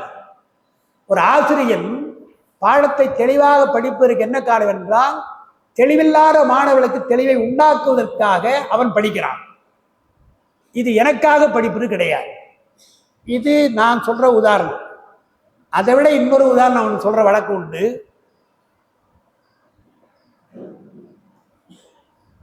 ஆயிரத்தி 1973 தான் நான் சென்னைக்கு வந்தேன். ஒரு 12 ஆண்டு காலம் மாயவரம் தருமபுரத்தில் இருந்தேன். 4 ஆண்டு ஏபிசி காலேஜ் நான் ஒர்க் பண்ணேன். அப்புறம் லயலா காலேஜ் வந்துட்டேன். லயலா காலேஜ் நான் வந்த உடனே இந்த பக்கம் எங்கள் ஊரெல்லாம் எங்க இந்த பக்கம் தான். எங்கள் மனைவி, மக்கள், மாமா, மச்சா எல்லாம் இந்த ஊர் தான், காஞ்சிபுரம் பக்கம். என்ன சொன்னாங்க தெரியுங்களா, மாமா மெட்ராஸுக்கு வந்துட்டா. மாமா மெட்ராஸ் அர்த்தம் சனி ஞாயிறுல போய்க்கலாம், மெட்ராஸுக்கு போய்க்கலாம், போயிட்டு மெட்ராஸை சுற்றி பார்க்கலாம் என்று 73 வந்தம் பாருங்க. ஏறக்குறைய 7 ஆண்டு ஏறக்குறைய சொல்லலாம். 7 ஆண்டு காலமும் ஒவ்வொரு சம்மர் சீசன்லையும் அல்லது வார நாட்கள்லையோ அல்லது தசரா வெக்கேஷன்லையோ ஊர்லேருந்து படைப்படையாக வந்துடுவாங்க. எதுக்கு? பீச்சு பார்க்கணும் மாமா, சச்சின் தியேட்டர் போகணும் மாமா, ஜூ பார்க்கணும் மாமா என்று பேட்சாக வருவாங்க. அவங்களுக்கு செலவு பண்ணுறதோ ஒன்றும் கிடையாது.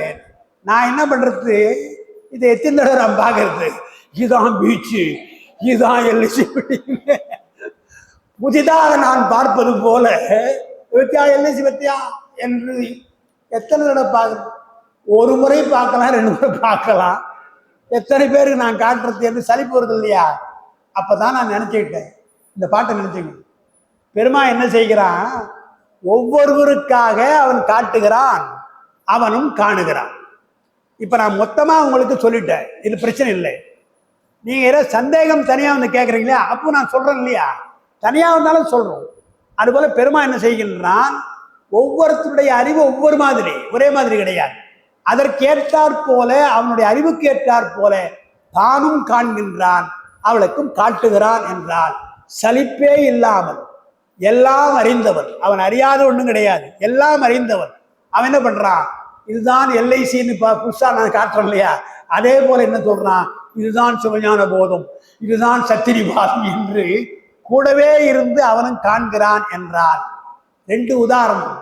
காணும் உபகாரம், காட்டும் உபகாரம் என்று சொல்றான். பெருமான் செய்வது வேற எங்கும் கிடையாதுங்க. சைவ சித்தாந்தத்தில் தான் இறைவன் காணுகின்றான், இறைவன் காட்டுகின்றான். அவன் உங்களுக்காக காட்டுறான், இதை பார்ப்பா, நல்லா பார் அப்படின்னா எது போல என்றால், ஆசிரியன் கூடவே பாடம் படிக்கிறான் இல்லையா, அதுபோல அவரும் அந்த பொருளை பார்க்கிறான், புதிதாக பார்ப்பது போல பார்க்கிறான் என்றால், புதிதாக சென்னையை பார்க்கின்றவளுக்கு என்ன அதிசயம் இருக்கிறதோ அதே போல அதிசயத்தோட நாமும் பார்க்க வேண்டியதா இருக்கு இல்லையா. அதுபோல பெருமான் என்ன செய்கிறான்? நீ புதுசா பார்க்கிற, உனக்கு அந்த பொருள் புதுசா தெரியுது, பெருமானுக்கு ஏற்கனவே தெரிஞ்சதுதான், இருந்தாலும் நமக்காக என்ன செய்கிறான்?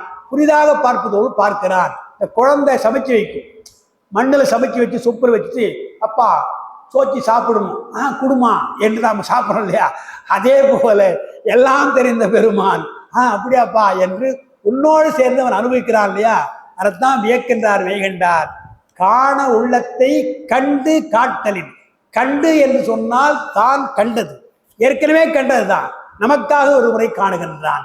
காட்டல் என்று சொன்னால் உனக்கு காட்டுகிறான். கணக்கு வாத்தியார் சொல்லுவாங்க, அப்படித்தான். கணக்கு வாத்தியார் என்ன பண்றார்? நாங்களாவது சொல்லி கொடுத்துடுறோம், அவங்க என்ன பண்ணுவாங்க? போர்டில் எழுதுவாங்க, ஃபார்முலாம் ஒன்னொன்னா எழுதி கடைசியில் ஆன்சர் கொடுறாங்க இல்லையா. அது எவ்வளவு கஷ்டம், தெரிந்த ஒரு ஆன்சர் தான், மாணவருக்காக செய்யறாங்க இல்லையா. அதுபோல எல்லா கணக்கையும் ஆசிரியர் காட்டுவது போல எல்லா பொருளையும் பெருமான் காட்டுகிறான் என்று சொல்லி, தெரிந்த பாட்டு அப்பருடைய பாட்டு தாண்டகத்துல, ஆட்டுவித்தால் யார் ஒருவர் ஆடாதாரே,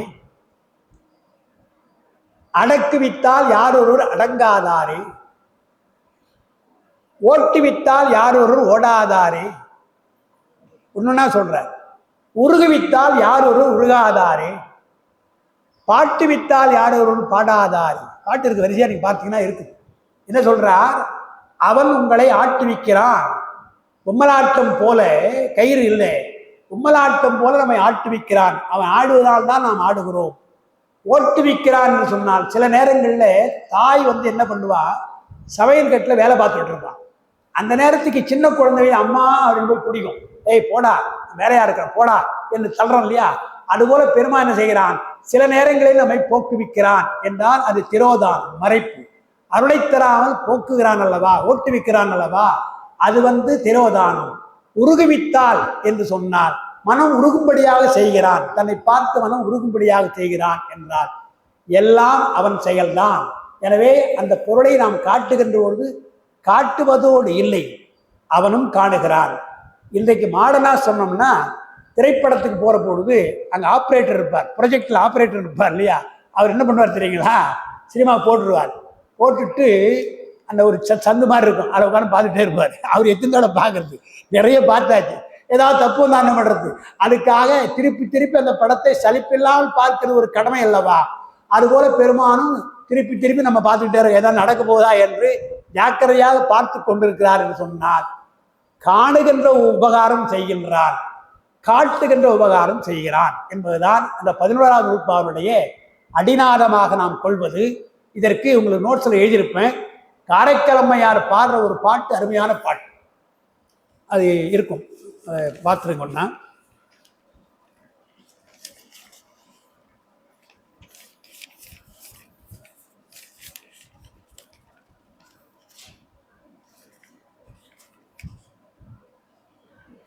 ரெண்டாம் பக்கத்தில் இருக்கு, ரெண்டாம் பக்கத்துல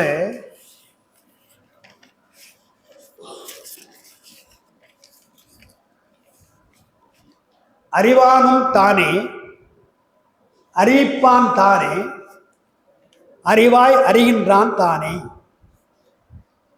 அதுக்கு முன்ன 9ஆம் திருமுறை பாட்டை கொடுத்துருப்பேன். தொண்டனேன் நினையுமா நினையே, விரும்புமா விரும்பே, நுகருமா நுகரே என்று பாடுறோம் இல்லையா? 9ஆம் திருமுறை பாடுறோம் இல்லையா? அதுக்கு என்ன அர்த்தம் என்றால், நான் நினைக்க வேண்டும் என்று சொன்னால் பெருமானே நீ நினைக்க வேண்டும், நான் விரும்ப வேண்டும் என்று சொன்னால் நீ விரும்ப வேண்டும். குமரகுரு தான் பாடுறார். வனசைமூர்த்தி குமரகுரு ஆராய்ச்சி பண்ணவர். அவர் என்ன சொல்றார், தாய்க்கு என்ன சிறப்பு என்று சொன்னால், குழந்தைக்கு நோய் வருது. குழந்தைக்கு நோய் வந்தால் மருந்து குழந்தைக்கு தானே தரணும். ஆனால் அந்த நோய்க்குள்ள மருந்தை குழந்தையினுடைய பசுங்குடர் போடாது, சின்ன குடல் அல்லவா, அந்த கடுமையான மருந்து குழந்தைக்கு நேராக கொடுக்க முடியாது. பசுங்குடர் பொறாது என நோய் உன் குழந்தை, நோய் உள்ள குழந்தைக்காக தாய் உண்ணும் மருந்து அப்படின்ற, தாய் மருந்தை சாப்பிடுவான். தாய் மருந்தை சாப்பிட்டுட்டு பால் கொடுப்பான். அந்த பால் அந்த மருந்து கலந்து பால் உணவாக குழந்தைக்கு போகுது இல்லையா? அதை உதாரணமா சொல்றேன். நீ நினைக்கணுன்றதுக்காக நினைக்கணுமா சொல்றேன்னு எப்ப பேச்சில் சொல்றேன். நீ உனக்கா வரணுமாப்பா சொல்றேன் இல்லையா? பெருமா அப்படி கேட்கறதே கிடையாது. நீ நினைக்க வேண்டும் என்றால், பெருமானை நான் நினைக்க வேண்டும் என்றால், நீ நினைக்க வேண்டும் என்றால் 9ஆம் திருமுறையிலே நுகருமா நுகரே, விளம்புமா விளம்பே என்றெல்லாம் அவர் பாடியிருக்கிறார்கள். அதைத்தான் கொஞ்சம் விளக்கமாக காரைக்கால் அம்மையார் அற்புத திருவந்தாதியில அம்மையார் பாடுறாங்க. காரைக்கால் அம்மையார், அறிவானும் தானே, அறிவிப்பான் தானே, அறிவாய் அறிகின்றான் தானே. நம்முடைய மரபு என்னன்னு சொன்னா, எப்படி ஒரு பொருள் இருந்தால் இல்லாதவனுக்கு கொடுக்கணும்னு சொல்றோம் இல்லையா? செல்வந்தனாக இருக்கிற ஒருவன் இல்லாதவனுக்கு கொடுக்கணும், அதுதான் கொடுப்பதற்குத்தான் இந்த செல்வன் காலையிலோடு சொன்னோம் இல்லையா? இறப்பவருக்கு ஈய வைத்தான் சொன்னோம் இல்லையா? அதே போல கல்வி என்று சொன்னால், கல்வி கற்றவர்கள் கல்லாதவர்களுக்கு சொல்லி கொடுக்கணும், அதுதான் கல்வி. கற்றுவிட்டு பேசாம இருந்தார். நாவலர் நெடுஞ்செழியன் ஒருத்தர் இருந்தார் இல்லையா, அமைச்சர், திமுக அமைச்சர் இருந்தார். அவர் சொல்லுவார், நல்லா படிச்சிருப்பான், ஒன்றும் சொல்லிக் கொடுக்க மாட்டான், ஒருத்தனுக்கும் சொல்ல மாட்டான். இவனுக்கும் லைப்ரரி புத்தகத்துக்கு என்ன வித்தியாசம்னு கேட்பார். லைப்ரரியில் புத்தகம் இல்லையா, பேசாமல் இருக்குது. அதே மாதிரி இவனும் புத்தகம் மாதிரி பேசாமல் இருக்கான தவிர சொல்லிக் கொடுக்கலேன்னு அவர் சொல்லுவார். படித்தவளாக இருந்தால் படித்ததை சொல்லிக் கொடுக்க வேண்டும் அல்லவா என்று சொல்றோம் இல்லையா? அது போல இங்கு பெருமா என்ன செய்கிறான், அறிவானும் தானேன்னு. அறிவானும் தானே என்றால் எல்லாவற்றையும் வியாபகமாக அறிவான், எல்லாம் அவனுக்கு தெரியும், அறியாத விஷயமே கிடையாது. முற்று உணர்தல், இயற்கை உணர்தல் ரெண்டு சொல்றோம். அவனுக்கு தான் உணர்ந்தால் போதுமா என்றால் இல்லை, நான் அறிந்ததை உனக்கு அறிவிக்கிறேன் என்று அறிவிப்பான் தானே. தன்னை போலவே செய்கிறான், தான் தானாக செய்கிறான். திருவுந்தியார்ல அகலமாய் அறிவறிது அப்பொருள், பெருமான் எங்க இருக்கிறான், அறிவுப்பொருள் எங்கன்னு தெரியாது. அகலம்னா வடிவம் இல்லாதது, வடிவமில்லாமல் இருக்கின்ற அறிய முடியாத ஒரு பொருள் அல்லவா, அது சகலமாய் வந்தது, உருவம் எடுத்து வருகிறது. ஞானசம்பந்தர் போன்றவர்களுக்கெல்லாம் வடிவத்தோடு தான் வந்து காப்பாற்றுறார், அருள் புரிகிறார். எனவே சகலமாய் வந்தது என்று உந்தி பெற ஏன் வடிவம் எடுத்து விடுகிறார் என்றால், தான் ஆகச் செய்வதற்காக, தானாக தந்தது என்று உந்தி பெற என்றால், தன்னை போலவே உங்களை ஆக்க வேண்டும். ஒரு ஆசிரியர் மாணவனை எப்படி அறிவாளை ஆக்குகிறானோ அதுபோல தன்னை போலவே உயிர்கள் வாழ வேண்டும் என்றுதான் தானாக செய்யும். எனவே அறிவானும் தானே, அறிவிப்பான் தானே, அப்புறம் அறிவாய் அறிகின்றான் தானே இருக்கு இல்லையா? அதை எப்படி வைத்துக்கணும், அறிவானும் தானே, முதல்ல அறிவானும் தானே இருக்கும். அந்த முதல் வரி இருக்கு இல்லையா, அதை வியாபகமாக முற்று உணர்தல், அவன் உணர்கிறான், அவன் உணர்கின்ற ஒன்று. அறிவிப்பான் தானே என்றால் தன்னுடைய அனுபவத்தை, அறிவை அறியாத ஆன்மாக்களுக்கு சொல்லுகிறான், ஆன்மாக்களுக்கு அறிவிக்கின்றான். அறிவிப்பான் தானே அது சொல்லிட்டு அது காட்டு உபகாரம் போட்டு, அறிவிப்பான் தானே என்பது காட்டு உபகாரம், எல்லாம் இப்படி இருக்குது பார் என்று காட்டும் உபகாரம். அடுத்த வரி அறிவாய் அறிகின்றான் தானே இருக்கு இல்லையா, அது காணும் உபகாரம். அறிவாய் அறிகின்றான் தானே என்றால் அது காணும் உபகாரம். காட்டும் உபகாரம், காணும் உபகாரம் என்று இரண்டு வகையாக சைவ சித்தாந்தம் தான் சொல்லுகிறது. இறைவன் காட்டுவானே தவிர ஊட்டுவான் அல்ல என்று சொல்றதை மாற்றி நமக்காக காண்கின்றான், நமக்காக காட்டுகிறான் என்று அந்த பாட்டில் 11ஆம் நூற்றாண்டில் அது முக்கியமானது. காண உள்ளத்தை கண்டு காட்டலின் அயரா அன்பின் அரண்கடல் செலுமே. விளக்கெல்லாம் இருக்கட்டும். இந்த கடைசியா இருப்பது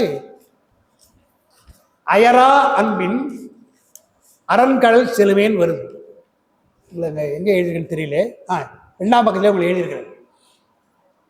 2ஆம் பக்கத்திலேயே உயிருக்கு இருக்கின்ற அறிவு இச்சை செயல்,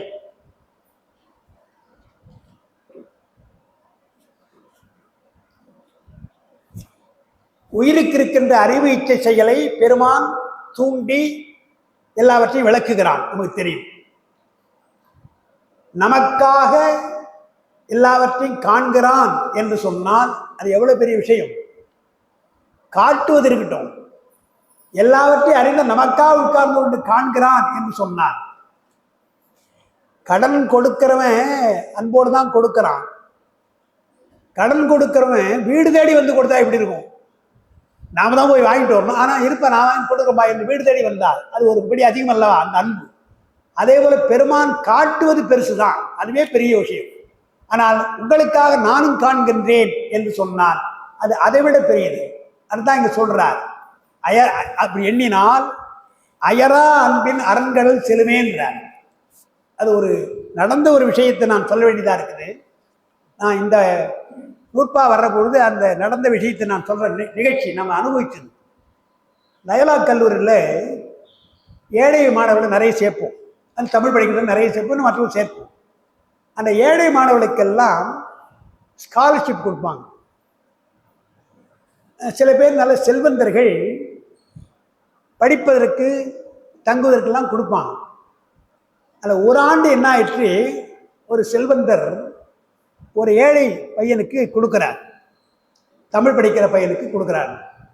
3 ஆண்டு காலம் அவனுக்கு வேண்டியதை நான் கொடுத்துட்றேங்க, ஹாஸ்டலில் சேருங்க, டியூஷன் ஃபீஸ் கட்டிடுறேன், என்ன தேவையோ எல்லாம் செய்கிறேன்னு சொல்லிட்டார்.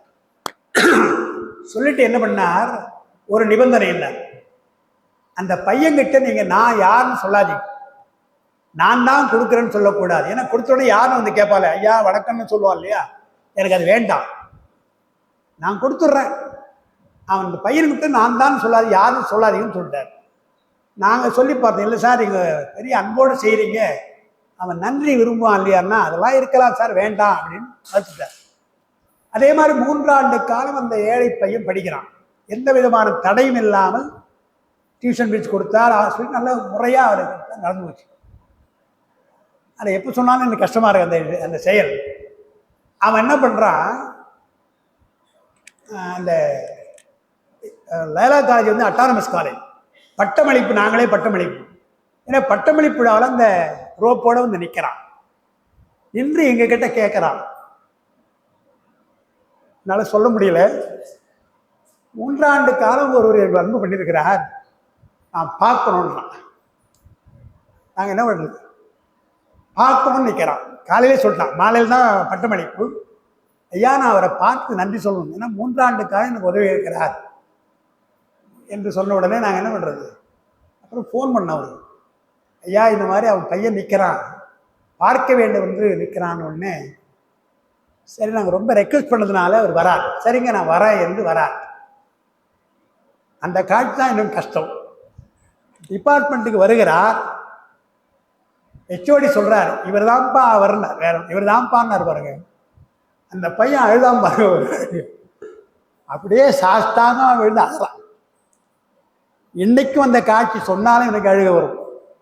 நான் என்ன நினைச்சேன், அப்போ 3 ஆண்டு காலம் உதவிய ஒருவரை பார்த்து, இதுவரை மறைந்திருக்கிறவரை பார்த்து இப்படி கத்துறானே, நமக்கு முன்னாலே பெருமான் வந்தா எப்படி இருக்கும், எவ்வளவு செய்கிறான் நமக்கு.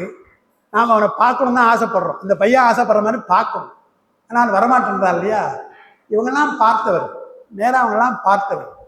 அதனால எங்கள் அப்பா வேடிக்கையாக சொல்லுவாங்க, எங்கள் ஊரில் கிராமத்தில் ஒருத்தர் இருந்தாராம், அது காஞ்சிபுரம் கிராமம். காஞ்சிபுரத்தில் போய் அன்னைக்கு ஏதோ பல்வலி, பல்ல பிடிக்கிட்டு வந்துட்டார். பல்ல பிடுங்கினதுக்கு அன்னைக்கு 10 ரூபா கேட்டான். அவர் சொன்னார், ஒரு பல்ல பிடுங்கிறதுக்கு 10 ரூபா கேட்டான் அந்த டாக்டரு. 32 பல்லை படைச்சிருக்கிறானே பெருமா, அவருக்கு நம்ம என்ன செய்யறது அப்படின்னா யோசிக்கணுங்க. அதாவது அன்னைக்கு கூட சொன்னேன், மாயா எந்திர தனுன்னு சொன்னாரே, சும்மா சொல்லலை, நடைமுறை நான் சொல்லிடுறேன். கண்ணுக்குள்ள கண்ணொளி கொடுத்துருக்கான் பெருமான்.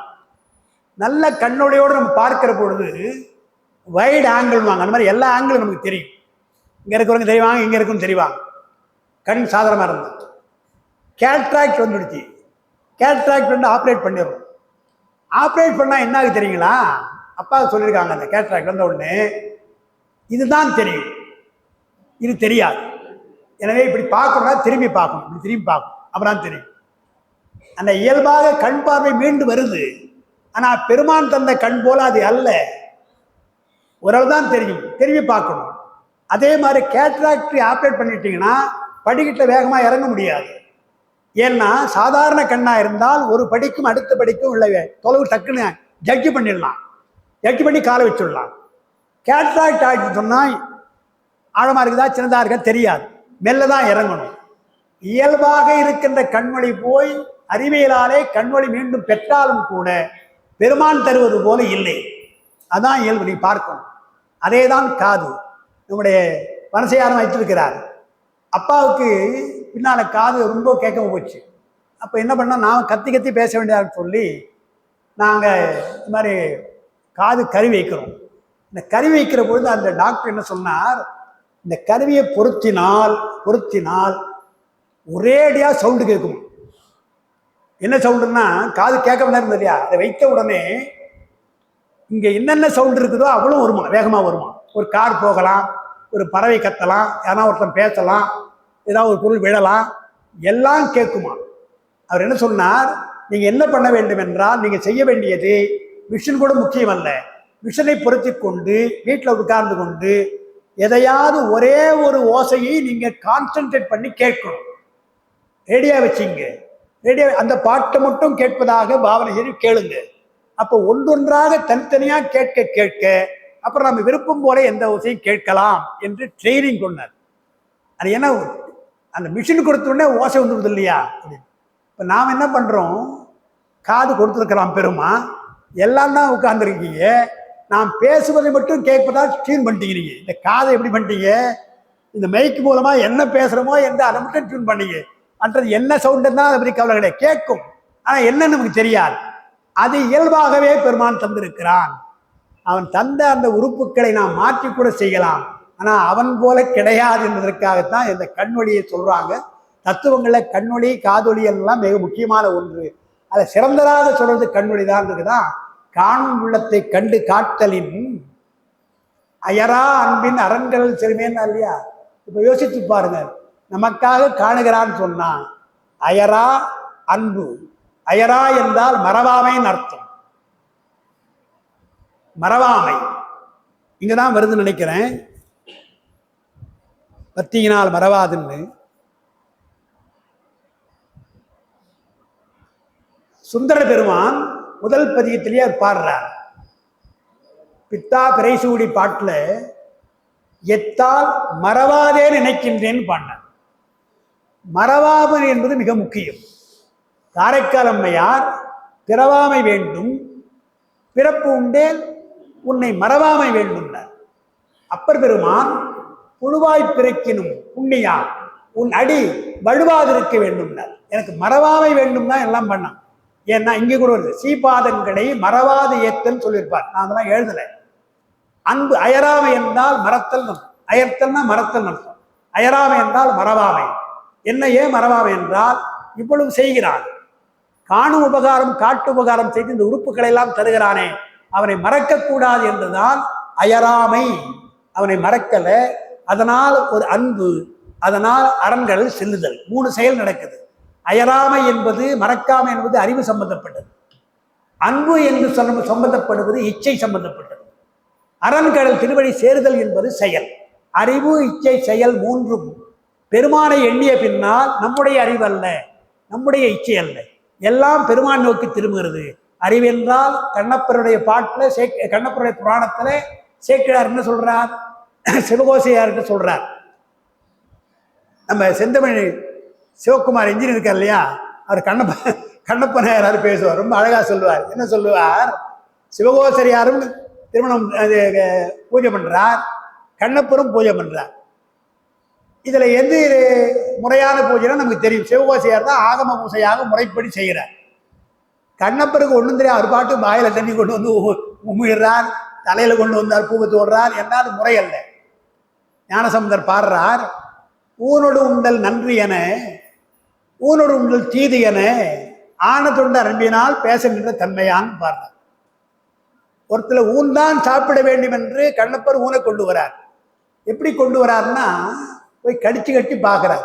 ரொம்ப நல்லா இருக்குது சாமி, நான் கடிச்சு பார்த்தேன், நல்லா இருக்குது, சாப்பிடுங்க என்று கொடுக்கிறார். என்ன பிரச்சனை சொன்னா, இப்ப சில பேர் கேட்கிறாங்க, கண்ணப்ப நாயனார் ஊனு கொடுத்தாரு, சாமி சாப்பிட்டாரான்னு கேட்கிறாங்க. அவங்க என்ன நோக்கம் தெரியுங்களா, ஊன் சாப்பிடக்கூடாதுன்னு நாம சொல்றோம் இல்லையா, பெருமாள் சாப்பிட்டாருன்னு சொன்னா என்ன ஆகும், அவரே சாப்பிட்றாருங்க, முடிஞ்சு வச்சு விஷயம், நம்ம பிரச்சாரம்லாம் எடுபடாது, ஊன் சாப்பிட போயிடுவாங்க. அதுதான் கேட்குறாங்க. கண்ணப்ப நாயனார் கொடுத்தாரு, சாப்பிட்டாரான்னு கேட்டா சேக்கிழாருக்கு தெரியும், இந்த மாதிரி சில பேர் கேட்பான் என்றுதான் அவர் என்ன பண்றார், சார் அவர் சாப்பிட்டது போல தெரிகிறதுன்றாருங்க. நீங்க நல்லா பார்க்கணும் அதை. இல்லைன்னா அவர் என்ன பண்றாரு, மறுநாள் போக மாட்டார். முதல் நாள் ஊனை கொடுத்த உடனே அவர் சாப்பிடாம இருக்காருன்னு வச்சு, பெருமாள் சாப்பிடணும்னு வச்சுங்களேன், இன்னும் கொடுத்தா சாப்பிட மாட்டேங்கிறாரு, இவர் பேர் வெஜிடேரியனும் என்பது போல எண்ணி இருப்பார். இவர் கொடுத்தது அன்பினால் கொடுத்தா அவர் சாப்பிட்றார் என்றால் சாப்பிடுவது போல பெருமானுக்கு தெரிகிறது. சேக்கிழார் அப்படிதான் பாடுறார். அமுது செய்வித்துன்னு சொல்றாரு தவிர அமுது செய்தார்னு சொல்லலை. பெருமான் அமுது செய்தார்னு சொல்லலை. ரொம்ப ஜாக்கிரதையா சேக்கிழார் பாடுறார். அப்ப பெருமான் சாப்பிடுவது போல பாவனை செய்கிறார். அது பெருமானுக்கு விளையாட்டு அல்லவா, எல்லா விளையாட்டும் செய்வான் இல்லையா. அதனால என்ன பண்றார் கண்ணப்பர், ரொம்ப பசி போறது. அவர் சொல்றார், மறுநாள் எம்பிரான் சால பசிப்பர், ரொம்ப டிலே ஆகி போச்சுன்னு ஓடியார் இல்லையா. அப்படிலாம் நாள்தோறும் சிக்கிறதுக்கு என்ன காரணம் என்றால் சாப்பிடுவது போல பாவனை செய்கிறார். அதைத்தான் சொல்றார் ஞானசம்பந்தர், ஊனோடு உண்டல் நன்றுனாராம் ஒருத்தர் கண்ணப்பர். வந்து பார்த்தார் சிவகோசரியார், என்ன எலும்புங்களமா கிடையாது என்று ஊனோடு உண்டல் தீதல்லவா என்று ஒரு தொண்டர் சொன்னார். ஆன தொண்டர், ரெண்டு பேரும் தொண்டர் தான், அன்பினால் பேச நின்ற தன்மையான் என்று சொன்னார்னா, இறைவனுடைய உள்ளத்திலே அன்புதான் மிக முக்கியம். அயராமைன்னர் என்ன சொல்றார் சிவகோசரியார், என்ன சொல்றார் சிவகுமார் என்ன சொல்றார் தெரியுங்களா, சிவகோசரியார் கனவுல போய் கண்ணப்பன் ஒருத்தன் நாளைக்கு பண்ணுமா பூஜை, அதை வந்து பாருன்ற. நீ அவன் இன்னும் எலும்பெல்லாம் போட்டிட்டு ஊர் வச்சுன்னு சொல்றேப்பா, அவன் செய்ய பூஜை நாளைக்கு வந்து பார்.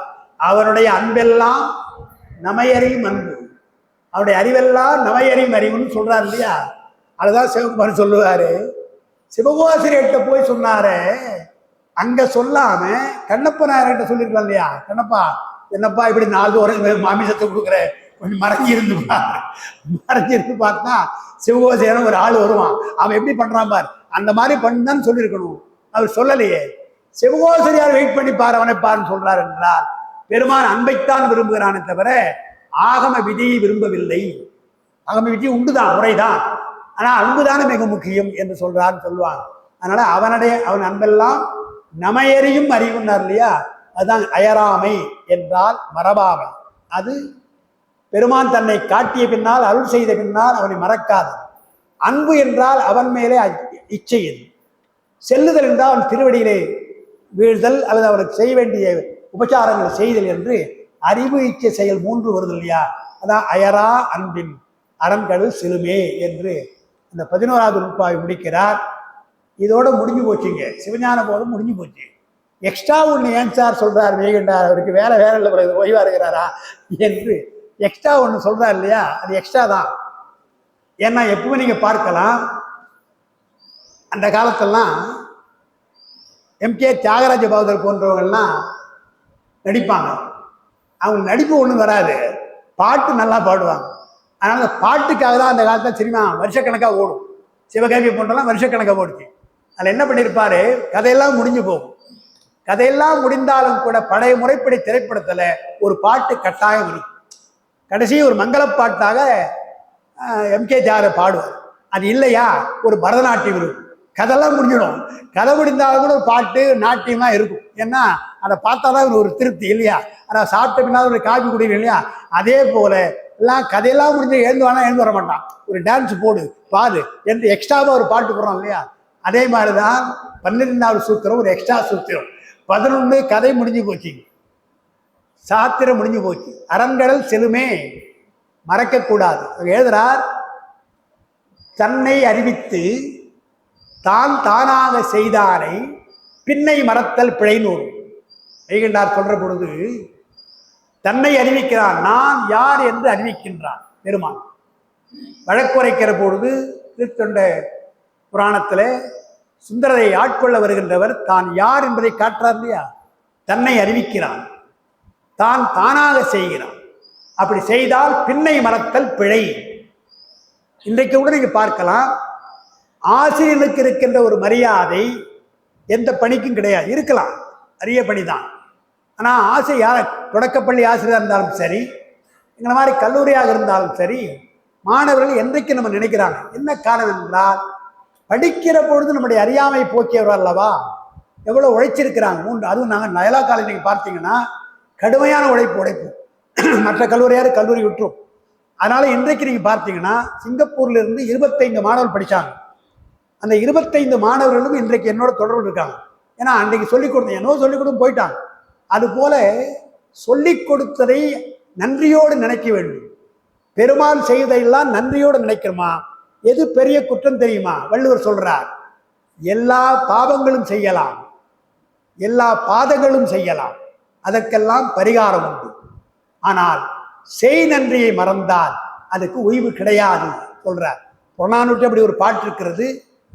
வள்ளுவரும் சொல்றார், என் நன்றி கொண்டார்க்கும் உய்வுண்டாம், உய்வில்லை செய் நன்றி கொன்ற மகர்க்குன்றார். பரிவேழகர் அழகா உரை எழுதுறார். செய் நன்றி என்றால் என்ன அர்த்தம் என்றால், செய்த நன்றின்னு தான் அர்த்தம். செய் நன்றி என்றால் ஒருவர் செய்த நன்றின்னு தான் அர்த்தம். ஆனால் அவர் என்ன எழுத தெரியுங்களா? நீ ஒன்றை அவருக்கு செய்யாத பொழுது அவர் செய்த நன்றின்னு.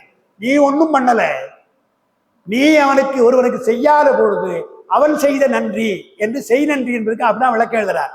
இப்போ பெருமான் நமக்கு என்ன செய்திருக்கிறார்? செய் நன்றி செய்திருக்கிறார். நாம என்ன செய்திருக்கிறோம்? அவருக்கு ஒன்றும் பண்ணலை. அவருக்கு என்ன தேவை? எல்லாம் தான். பூ வேண்டுமா அவர்கிட்ட இருக்குது, பழம் வேண்டுமா எல்லாம் அவர்கிட்ட இருக்கு. நீ என்ன பண்ண முடியும் என்றால் வேறு எதையும் அவன் எதிர்பார்க்கவில்லை. அன்பு என்று ஒன்று இருந்தால் போதும். நீங்க ஆராதனை செய்கிற பொழுது உங்களிடத்திலே அதை எதிர்பார்க்கிறது என்றால் அன்பைத்தான் எதிர்பார்க்கணும். அந்த அன்பினாலே இவ்வளவு செய்திருக்கிறாயே பெருமான் என்று மறவாமல் இருக்கு இல்லையா? அந்த மறவாமல் என்பதுதான் மிக முக்கியம் என்றுதான் இங்க கடைசியில அயராமை என்று, அயரா அன்பின் அரண்கள் செலுமே என்று இறைவனிடத்திலே நீங்கள் மறக்கக்கூடாது. செய் நன்றியை மறந்தால் பின்னை மறத்தல் பிழை. அவன் நமக்கு நன்மை செய்திருக்கிறார் என்று எண்ணினால் நீங்க மறக்கக்கூடாது. உதாரணம் ஒன்று சொல்லிடுறேன். இங்க இருக்கிற அத்தனை பேருக்கும் பெருமான் அருளாலே ஒரு அனுபவம் கிடைச்சிருக்கும், நிச்சயமா கிடைச்சிருக்கும். ஏதோ ஒரு வேண்டியிருப்பீங்க, அது நிகழ்ந்திருக்கும். நீங்கள் வேண்டி ஒன்று நிகழ்ந்து விட்டால் அவனை மறக்கக்கூடாது. என்னமோ நாம் வேண்டினோம், அவர் உதவினார், இவர் உதவினார், எனக்கு ஒரு நல்ல காலம் எனவே நடந்ததுன்னு அதை டைவர்ட் பண்ணாதீங்க. பெருமானை வேண்டினோம், பெருமான் தந்தார், அதுதான். அந்த தந்தான அதுக்கு மேற்பட்டு அந்த சந்தேகமே படக்கூடாது. அவன் மேலே அந்த அன்பு குறையக்கூடாது. அது மிக முக்கியம். எத்தனையோ சொல்லலாம். சுந்தர பெருமான் எத்தனை இடத்துல பொன் பெறுகிறார்? 12,000 பொன் பெறுகிறார் விருத்தாச்சலத்துல. ஆத்துல போடுனார், போட்டார். குளத்தில் தேடுனார், தேடியாச்சு. நேற்று சொன்ன அந்த விஷயத்தை கஷ்டப்படுறா, கிடைச்சி போச்சு. அங்க சேக்கிழார் என்ன சொல்றார்? கொடுத்த பொன்னை அப்படியே பெருமான் கொடுக்கிறானா என்று ஒரு பொண்ணை எடுத்து வச்சுட்டாராம். எங்க விருத்தாச்சலத்துல ஒரு பொண்ணை எடுத்து வச்சுக்கிட்டார். ஏன்னா அங்க வந்தா அதே பொண்ணை கொடுக்குறாரா இல்ல மாற்று குறைஞ்சிருக்கா பார்க்கணும் என்பதற்காக பொண்ணை எடுத்து வச்சுட்டாராம் சொல்றார் சேக்கிழார். அதே மாதிரி பொண்ணை எடுத்து கொடுக்கிறார் பறவையாரத்துல. கொடுத்துட்டு என்ன பண்றார் சுந்தரர்? கொஞ்சம் உரைச்சி பார்க்கணும் இரு என்று சொல்லி அந்த பொண்ணை எடுக்கிறார். அங்க வச்சிருந்தார் இல்லையா, அந்த பொண்ணை எடுத்தால் மாற்று குறைஞ்சிருக்கு. இல்லையா, ஏமாத்திட்டாருப்பா பெருமான் இல்லையா?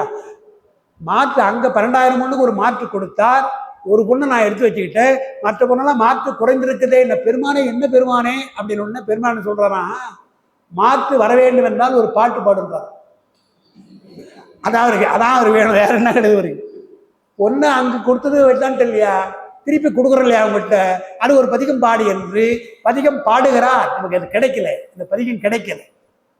மீண்டும் அந்த மாற்று குறைந்தரை மாற்றுவதற்காக ஒரு பதிகம் பாடுகிறார். அது கூட நான் சிறப்பாக சொல்ல, அது கூட அவர் கேட்கிறார், பாடுறார்.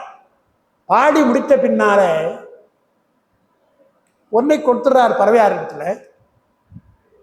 திருவாரூர் பெருமானை போய் பார்க்கிறார். நீ போ வீட்டுக்கு, நான் பெருமானை பார்க்க போறேன் என்று போறார். நன்றி சொல்வதற்காக நேரா போறார். அங்கிருந்த பொண்ணை கொடுத்த மாற்றை நீக்கினால் பதிகம் பாடிட்டம் போய் வரணும், வீட்டுக்கு போக வேண்டியவர் தானே. அந்த நன்றியை மறக்கக்கூடாது என்று சொல்லித்தான் திருவாரூர் பெருமானத்தை போய் தரிசனம் செய்துவிட்டு போகிறார் வீட்டுக்கு சேர்க்கிறார் பாருங்க. அப்ப நாம் என்ன பண்ணணும், ஏதோ ஒரு வேண்டுகோள் வைத்தாச்சு, வேண்டுகோள் நிறைவேறிவிட்டால் அடுத்த கனவே மறக்காமல் எந்த சாமியை வேண்டிக்கணும் அங்கே போய் வணங்கணும் முதல்ல.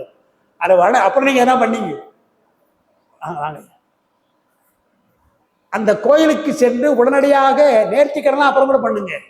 நேரடியாக போய் பெருமானே நன்றி என்று சொல்லிவிட வேண்டும். அதைத்தான் திருநள்ளாற்றில் செய்கிறார் ஞானசம்பந்த பெருமான். திரும்பி வர்ற பொழுது திருநள்ளாற்று பதிகம் தந்தாய் அல்லவா என்று திருநள்ளாற்றை தரிசனம் செய்கிறான் பார்க்கிறோம். அதே போல நாவலூர் சுந்தர பெருமான் நாவலூர்ல பாடுறார் என்றால் பெருமான் செய்த நன்றியை மறக்காமல் அந்தந்த தலங்களில் அவர்கள் எண்ணியிருக்கிறார்கள் என்பதுதான் நமக்கு வரலாறாக அவங்கெல்லாம் காட்டியிருக்கிறார்கள். தோத்திரமாகவும் வரலாறாக இருப்பதைத்தான் நம்ம சாத்திரத்துல 11ஆம் சூத்திரமாக சொல்லி மெய்கண்டார் முடிக்கிறார். காணும் கண்ணுக்கு காட்டும் உளம்போல் காண உள்ளத்தை கண்டு காட்டலின் அயரா அன்பின் அரண்கள் செலுமே என்று சாத்திரம் முடிஞ்சு போச்சு. இன்னும் ஒரு எஞ்சி இருக்குது இல்லையா, அது ஒன்று தான் நம்ம 12வது படிக்கணும். அது ஒரு அரை மணி நேரம் இருந்தால் போதும். இடைவேளை விட சொல்லியிருக்காரு 3:30 மணிக்கு. பெருமக்களே, நம்முடைய மன்றத்தின் சார்பிலே இந்த முறை சிவஞான போதம் 2ஆம் பகுதியை நாம் தொடங்கி நிறைவு நாளாக இன்றைக்கு 12ஆம் சூத்திரத்தை சிந்திக்க இருக்கின்றோம். உயர்ந்த ஒரு நூலை நாம் எவ்வளவு படித்தாலும் நமக்கு சந்தேகம் வரும். முக்கியமா சந்தேகம் வந்தால் நம்ம கவலைப்படக்கூடாது. ஞானியார் சுவாமிகள் ஒன்று சொல்வாராம், அப்பா அடிக்கடி சொல்லுவாங்க, கொஞ்சம் நடந்தான் கொஞ்சம் கால் வலி, அதிகம் நடந்தான் அதிகம் கால் வலி, நடக்கவே இல்லை கால் வலியே இல்லை சொல்லிட்டு கொஞ்சம் படித்தான் கொஞ்சம் சந்தேகம், அதிகம் படித்தான் அதிகம் சந்தேகம், படிக்கவே இல்லை சந்தேகமே இல்லை அப்படின்னு வர. அவ சந்தேகம் வந்தால் படிக்கிறதும் நம்ம படிக்கணும்னு அர்த்தம். அதனால தான் படிக்கிற பொழுது ஐயம் என்றால் சந்தேகம் அர்த்தம் வட முடியல. அவங்க சந்தேகம் தான் நம்ம ஐயம்ன்றோம். சைவ சித்தாந்தம் ஐயம் என்பதை குற்றம் சொல்லுது. படிக்கிற பொழுது ஐயம் ஒன்றை தவறாக புரிந்து கொள்கிற விபரீதம், இந்த இரண்டும் குற்றம் சொல்றாங்க. சைவ சித்தாந்தம் அப்படி சொல்லுது. நான் தர்க்க மதம் ஐயம் என்பது குற்றம் இல்லைன்றாங்க, அவங்க குற்றம் இல்லைன்றாங்க. அதுக்கு என்ன காரணம் சொல்றாங்கன்னா, சந்தேகம் வந்தால் மேலே படிக்க போறான் இல்லையா, அதுதானே ஆசிரியர் கேட்க போறான், அந்த நூலகத்திலிருந்து ரெஃபர் பண்ண போறான். எனவே சந்தேகம் வந்தால் மீண்டும் படிப்பதற்கு ஊக்கத்தை தருவது ஐயம். எனவே ஐயம் குற்றமில்லை என்பது அவங்களோட வாதம். நாம் எப்படி சொல்றோம், ஐயம் என்பதை போக்கிக் கொள்ளணும். ஐயத்தை போக்கிக் கொள்ளாமலே இருந்தால் அதுதான் குற்றம் நாம சொல்றோம். ஐயம் குற்றம் சொல்லுவேன். இதை படிக்கிறோம், ஒன்று படிச்சிருக்கோம், சந்தேகம் வருது. சந்தேகம் வந்தால் உடனே அதை போக்கிக் கொள்வதற்கு என்ன வழி, தக்கவர்களை பார்த்து கேட்கிறதோ அல்லது வேற எங்கன்னா நூலகத்தை சென்று நீயே ரெஃபர் பண்ணி படிக்கிறதோ இருக்கணும். படித்தேன், ஒரு சந்தேகம் வந்தது, அது அப்படியே இருக்குது என்று சந்தேகமாகவே இருந்தால் அது குற்றம். அதுதான் சொல்றாங்க. அதனால விபரீத ஞானம் ஐயம் என்ற இரண்டும் குற்றம். அதில் தர்க்க மதம் ஐயம் குற்றமில்லை என்று சொல்லுகிறது. சைவ சித்தாந்தம் ஐயம் ஐயமாகவே இருக்கக்கூடாது, அதை நீக்கிக் கொள்ள வேண்டும்ன்றார். ஆனால் கற்றல் என்பதில் ஐயம் திரிவு அற கற்றல், ஐயம் திரிவு அற என்று ஒரு வார்த்தை நம்ம சொல்லுவோம். அதுபோல இந்த சிவஞான போதவற்றை படிச்சிங்கன்னா படிக்க படிக்க நமக்கு அங்கங்கே ஒரு சந்தேகம் வரும். இப்போ எனக்கு கூட நம்ம அப்போ ஏன்னா படிக்கிற போது சந்தேகம் வரும். அப்போல்லாம் அப்பா இருந்தாங்க உடனே கேட்டுக்குவேன். இப்போ எங்கடா போய் கேட்கறதுன்னு சொல்லி அப்படி தேடி அப்பா எங்கெல்லாம் எழுதியிருக்காங்கன்னு தெரிஞ்சு பார்க்க வேண்டியதாக இருக்கு. அதாவது உங்களுக்கு நான் நடத்தினேன் ஒரு விஷயம். அந்த கரணங்கள் 4, உள்ளந்த கரணங்கள் 5 என்று நான் தெளிவாக எழுதி நான் நடத்தினேன். ரொம்ப நாளாக எனக்கு அந்த கரணங்கள் 4, உள்ளந்த கரணம் எத்தனைன்னு எனக்கு சந்தேகம். ஏன்னா அது எங்கே யாரும் சொல்லலை. காலம், நேதி, கலை, வித்தை, அராகம் 5 இருக்கு இல்லையா, அது உள்ளந்த கரணம். நேற்று சொன்னோம். அந்த கரணம் 4 இருக்கிறது என்றால் உள்ளந்த கரணம் 4 தானே இருக்கணும் என்று என்னுடைய எண்ணம். அப்படி நான் எண்ணியதுக்கு என்ன காரணம் சொன்னா, தொல்காப்பியத்தில் அகத்திணையல்னு வரும். அகத்திணையல் என்பது 7. அதே மாதிரி புறத்திணையல்னா 7 வரும். அந்த உரையாசிரியர் என்ன எழுதுறாங்க, அகத்திணை 7 என்பதாலே புறத்திணை 7 அப்படி சொல்லிட்டு அகங்கை 2ஆயினாருக்கு புறங்கை 2ஆயினார் போல என்று உதாரணம் எழுதுறாங்க. அகங்கைனா உள்ளங்கை, உள்ளங்கை 2 இருந்தால் புறங்கை எப்படி இருக்கும், அது 2 தானே. எனவே அகங்கை 2ஆயினாருக்கு புறங்கை 2ஆனார் போல என்று எழுதுறாங்க. அதெல்லாம் நம்ம படிச்சுக்கிறதுனால அந்த கரணம் 4ன்னா உள்ளந்த கரணம் 4 தானே இருக்கணும் என்பது என்னுடைய எண்ணம். அதை அந்த சந்தேகத்தை தீர்ப்பதற்கு சரியான வாய்ப்பு இல்லை. அப்படியே அப்பாவது புத்தகத்தை படிக்கிற பொழுது ஒரு இடத்துல அவங்க எழுதுறாங்க, உள்ளந்த கரணங்கள் இருக்கின்ற காலம், நீதி, கலை, வித்தை, அராகம் என்று எழுதுறாங்க. சரி, சரியான ஆள் அவங்க சரியா சொல்லிட்டாங்க இல்லையா. எனவே உள்ளந்த கரணம் 5 என்று பார்க்கணும். அதுபோல் படிக்க படிக்கத்தான் சின்ன சின்ன சந்தேகங்கள் நமக்கு வரும். மாணவர்கள் கூட சில சந்தேகங்கள் கேட்கிறார்கள். மலேசியாவில் அவங்க அதிகமாக ரொம்ப அவங்கெல்லாம் தமிழும் கிடையாது, ஆனால் கேட்குறாங்க, நிறைய கேட்பாங்க. தங்களுக்கு அந்த வாய்ப்பு இல்லையே என்று தமிழ்நாட்டுக்கு பல பேர் போய் பேசுகிறாங்க. நாங்களாம் பல மாநாட்டுக்கு போயிருக்கோம். ஒரு முறை ஒரு மாநாடு, சைவ மாநாடு நடக்குது. நான் பேசிட்டு இறங்குறேன். இறங்குற பொழுது ஒரு மலேசிய அன்பர் கேட்கிறார், முத்தி இன்பம் முத்தி இன்பம் நீங்கள் சொல்கிறீங்களே, பரமுத்தியில் எல்லா ஆன்மாக்களும் பெருமானுடைய திருவடை அடையுதுன்னு சொல்கிறீங்களே, அந்த திருவடி அடைகின்ற ஆன்மாக்கள் அத்தனைக்கும் ஒரே வகையான இன்பமா அல்லது மாறுபட்ட இன்பமா என்று கேட்குறான். இப்போ நமக்கு இங்கே வந்து மாறுபட்ட இன்பம், சில பேருக்கு காஃபி பிடிக்கும், சில பேருக்கு டீ பிடிக்கும், ஒவ்வொருத்தரும் ஒரு இன்பம். அவங்க கேட்கறது பரமுத்திகளே ஆன்மாக்கள் சேருகின்ற பொழுது எல்லா ஆன்மாக்களுக்கும் சமமான இன்பமா அல்லது பக்குவத்திற்கு ஏற்றாற் போல இன்பமானு அவன் கேட்கிறான். அது நல்ல கேள்விதான். நாம் வந்து அதை யோசிக்கிறோம். நான் என்ன நாம படிச்சுக்கிறதுனால உடனே நம்ம என்ன சொல்ல வேண்டியதா இருக்கு. நீங்களே சொல்றீங்க பக்குவத்திற்கு ஏற்றாற் போலன்னு ஒன்று சொல்றீங்க இல்லையா. இந்த பக்குவம் என்பதெல்லாம் இங்கே தான். இப்போ படிக்கிற நமக்கெல்லாம் இங்கே எல்லாத்திலுமே படிக்கிறீங்க. அறிவுடைய தரம் ஒவ்வொருத்தரும் ஒரு மாதிரி, அது ஒன்றும் யாரும் நம்ம மறுக்க முடியாது. சில பேர் சீக்கிரம் புரிஞ்சுக்காங்க, சில பேர் 2 முறை சொல்ல வேண்டியதாக இருக்கும். உலக வாழ்க்கையில் தான் பக்குவங்கள் மாறுபடும். ஆனால் மும்மலங்களும் நீங்கி பெருமானுடைய அருளால் போறீங்க. பெருமான் யார் கூட்டு, பெரிய ஆள் கூட்டு போறார். உங்களை பெரிய ஆள் கூட்டு அருளால் அவருடைய எல்லையில் வைக்கிற பொழுது அங்கே வேறுபாடு கிடையாது. எல்லாம் பக்குவம் பெற்றதுதான், ஒரே பக்குவம் பெற்றதுதான். ஒரே பக்குவம் பெற்றதாலே இன்பத்திலே வேறுபாடு கிடையாது. அப்படி பதில் சொல்லிட்டு அப்புறம் இன்னொன்று நான் அடிஷனா ஒன்று சொன்னேன். இங்கே உலகத்தில் இன்பங்கள் மாறுபடுவதற்கு என்ன காரணம் என்றால் உலக பொருட்கள் பல. கோடை காலத்தில் சில பேர் கொடைக்கானலுக்கு போவான், சில பேர் ஊட்டிக்கு போவான், சில பேர் ஏற்காடு போவான். அவனுக்கு ஏற்ற மாதிரி இங்கே நிறைய இடங்கள் இருக்கிறது, நிறைய பொருள்கள் இருக்கிறது. பல பொருள்கள் இருப்பதாலே இன்பங்கள் மாறுபடும். ஆனால் பரமுத்தியில போனா இருப்பது ஒரே பொருள் தான். பரம்பொருளை தவிர வேற ஒன்றும் கிடையாது. ஒரே பொருள் என்றால் அது இன்பத்தை தான் தரும். வரம்பில் இன்பத்தை தருவதாலே எல்லா ஆன்மாக்களும் ஒரே வகையான இன்பத்தை தான் அடையும் என்று நாம் அதை இதுவரை சொன்னது. பொதுவாக பரமுத்தின்னு சொல்லி போவோம். ஒரு ஆள் கொக்கி போட்டு கேட்ட உடனே அது ஒரு பதில் சொல்றோம் இல்லையா. அதுபோல ஐயங்கள் என்பது பல வரலாம். அது தவறு கிடையாது என்றுதான் படிக்க படிக்கத்தான் நமக்கு அந்த தெளிவு வரும் என்பதால் தான் குருதான், அந்த ஞான குருதான் அதை தெளிவிக்கிறான் என்று பார்க்கிறோம். 12வது நூற்பாவை ஏன் சிவஞான போத ஆசிரியர் எழுதுகிறார் என்பது மிக முக்கியம். நான் அடிக்கடி திருவள்ளுவருடைய திருக்குறள் பூரா சைவ சித்தாந்த கருத்து தான் என்று நாம் சொல்லுவோம். அதை தீர்க்கமாக நாம் சொல்லலாம். அதாவது ஏதோ அது பொதுமறை, எல்லா சமயங்களுக்கும் பொதுவாக இருக்குதுன்னா சொல்றதெல்லாம் திருவள்ளுவரை ஆழமாக அல்லது மேலோட்டமாக பார்க்கிறவர்கள், ஆழமாக பார்க்காதவர்கள். நாம சித்தாந்தம் படித்ததுனால திருக்குறள்ல மறுக்காத ஒரு துறை, மறுக்காத ஒரு கொள்கை சைவ சித்தாந்த கொள்கை தான். மற்ற எல்லா கொள்கையிலும் மறுக்கிறார். நாம் சொல்ற லோகாயுதம், சமணம், பௌத்தம், இன்னும் அந்த காலத்தில் இருந்த இப்போ சொல்ற கிறிஸ்துவம், எதுவாக இருந்தாலும் மறுக்கிறார். ஒருத்தர் கிறிஸ்தவர்னு திருவள்ளுவர் கிறிஸ்தவர்னு எழுதியிருக்கிறார். நாங்கள் அன்னைக்கு கூட சொன்ன தெய்வநாயகன் என் நண்பர் தான், அவர் எழுதியிருக்கிறார். நாம் சுலபமாக அவங்களை மறுக்கலாம். ஏன்னா கிறிஸ்தவத்தில் மறுபிறப்பு கிடையாது. ஆனால் திருவள்ளுவர் மறுபிறப்பை சொல்லுகிறார், எழுபிறப்பையும் கூட சொல்றான்னு பார்க்கும்.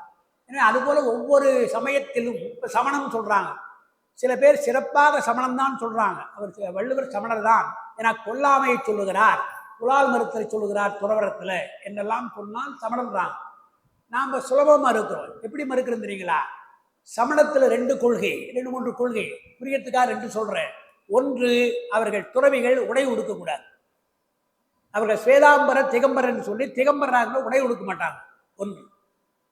அதே போல உண்ணாவிரதம் இருப்பார்கள், அவங்க அதிகமாக சாப்பிட்றது கிடையாது, ஒன்று. உடம்பை வருத்தி கொள்வார்கள். இதெல்லாம் சமணத்தில் இருக்கிற கொள்கைகள். பெண்ணின்பம் கூடாது, இசை கூடாது, இதெல்லாம் அவங்க மறுப்பது. இதை பூரா திருவள்ளுவர் மறுக்கிறார். மறுக்கல, அவர் பாட்டு ஒன்று சொல்றார். என்ன சொல்றார்? உடுக்கை இழந்தவன் கை போலன்னு ஒரு குறள் சொல்றாரு. அந்த குறள் சொன்ன பின்னால அவர் எப்படி சமணம் சொல்ல முடியும்? உடுக்கனை இடுப்பில் இருக்கிற உடை, இது நெகிழ்ந்தால் உடனே கை போய் பிடிக்குது இல்லையா என்றால், உடை நெகிடக்கூடாது, உடை மிக முக்கியம்னு சொல்ற பொழுது உடையே வேண்டாம்னு சிவேதாம்பரம் இவங்க திகம்பரம் சொல்றாங்கன்னா அது எப்படி சமண கொள்கையா இருக்கும்? அவர் எப்படி சமணராக இருப்பார் என்று பார்க்கும். அதுபோல பல மறுப்புகளை சொல்லலாம். ஆனால் சைவ சித்தாந்தத்தில் இருக்கின்ற ஒரு சிறு விஷயத்தை கூட மறுக்கலை. மறுக்காமல் சின்ன சின்ன விஷயங்களுக்கும் குறள் எழுதியிருக்கிறார். நேற்று இன்னும் சொன்னோம் இல்லையா, உடம்பு என்பது கூடாது எங்க பெருமாடத்தில் போற பொழுது அதை சொல்றார். மற்றும் தொடர்பாடையவன்களோ பிறப்பெருக்கல் உற்றார்க்கு உடம்பு மிக என்றார். அதுபோல இல்லறம் துறவரம் 2 சொல்றார் அறத்துப்பால்ல. துறவரத்தை சொல்லுகிற பொழுது 4 அதிகாரம் மிக முக்கியமான அதிகாரமா சொல்றார். நிலையாமைன்னு ஒரு அதிகாரம், அப்புறம் தவம் என்று ஒரு அதிகாரம், மெய் உணர்தல்னு ஒரு அதிகாரம், அவாறுத்தல்னு ஒரு அதிகாரம். இதை நீங்க போய் பார்த்தீங்கன்னா மெய் உணர்தல்னு இருக்கும், அதற்கடுத்து அவாறுத்தல்னு இருக்கும். பரிமேலழகர் சிறந்த உரையாசிரியர் அவர் என்ன எழுதுறார்? அவாறுத்தல் அது வந்த பின்னால் தானே மெய் உணர முடியும், பற்று நீங்கினால் தானே மெய்ப்பொருளை உணர முடியும். இங்க மெய் உணர்தல்னு சொல்லியாச்சு வள்ளுவர், அப்புறம் அவாறுத்தல் ஏன் ஒரு எக்ஸ்ட்ரா ஒரு அதிகாரத்தை எழுதுறார் என்பதற்கு ஒரு விளக்கம் தருகிறார். என்ன விளக்கம் தராதீங்களா? முற்றிலும் பற்று நீங்கினால் கூட வாசனை நீங்காது என்பது நம்முடைய கொள்கை. சைவ சித்தாந்தத்துல ஆணவ மலம் நீங்கினாலும் ஆணவ மல வாசனை நீங்காது என்பது நம்முடைய கொள்கை. அந்த வாசனையும் நீங்குவதற்குத்தான் அஞ்செழுத்தை ஓத வேண்டும். இங்க சொல்ல போறார், அடியாரோடு இருக்க வேண்டும், ஆலய வழிபாடு செய்ய வேண்டும் என்று சொல்வதெல்லாம் அந்த வாசனை தாக்காமல் இருப்பதுதான். அதற்குத்தான் இங்குளி வாங்கும் களம் என்று நாம் சொன்னோம். பெருங்காய எடுப்பி சொன்னோம் இல்லையா? அதுபோல இங்குளி சாம்பிராணிக்கு ஒரு களம் இருந்தால் அந்த வாசனை எடுக்குது அல்லவா? அதுபோல் பிராரத்த கர்மம் இருக்கிற பொழுது ஆணவ மலத்தினுடைய வாசனை தாக்கலாம், ரொம்ப ஜாக்கிரதையா இருக்கணும். அதுக்குதான் அடியாரோடு சேர்ந்திருக்க வேண்டும் என்றெல்லாம் வர்றதுனால உன்னை பயிற்சி வகைத்தால் மீண்டும் அந்த ஆசை வரலாம். அந்த பயிற்சி நீங்குவதற்காகத்தான் மெய்யுணருக்கு அப்புறமாக அவாறுத்தல் என்று வைக்கிறார் என்று. மெய்யுணருக்கு அப்புறம் அவாறுத்தல் வைப்பதற்கு என்ன காரணம் என்றால் மலவாசனை தாக்காமல் இருப்பதற்காக வைக்கிறார்னு பரிமேலழகர் ரொம்ப சிறப்பாக உரை எழுதுவார். அதுதான் நீங்க சிவஞான போதத்தில் 12ஆம் சூத்திரம். உன்னை சொன்னது போல அயரா அன்பின் அறங்கள் செலுமே என்று எல்லா சித்தாந்த கொள்கைகளும் முடிச்சாச்சு. அப்படி என்ன எழுதுறார்? சீவன் முத்தர்கள் என்றால் சைவத்துக்கு என்ன ஒரு பெருமை என்றால், பரமுத்தி என்று சொன்னால் உடம்பை விட்டு உயிர் போற பொழுது அடைகின்ற இடம் பரமுத்தி. முத்தியில சீவன் முத்தி, அதிகார முத்தி, போகமுத்தி, பதமுத்தி, அபரமுத்தி, பரமுத்தி, இவ்வளவு கேடர் நாம சொல்றோம், இவ்வளவு படிநிலைகளை நாம சொல்றோம். ஒன்னொன்றுக்கும் விளக்கம் இருக்கிறது. இப்போ அதுக்கு நேரம் இல்லை. ஆனால் பரமுத்தியை அடைந்தால் மீண்டும் பிறப்பு கிடையாது. மற்ற அபரமுத்தியோ பதமுத்தியோ அதிகாரமுத்தியோ இருந்தால் மீண்டும் பிறப்பு உண்டு. அருளாளர்கள் எல்லாம் அப்படித்தான் பிறந்திருக்கிறார்கள். 8ஆம் நூற்பாவில் அந்த பாட்டை நான் சொல்லலை, நேரம் இல்லாதனால. தவம் செய்தார் தவலோகம் சார்ந்து பவம் செய்வார் பற்றறுப்பான்னு வருது.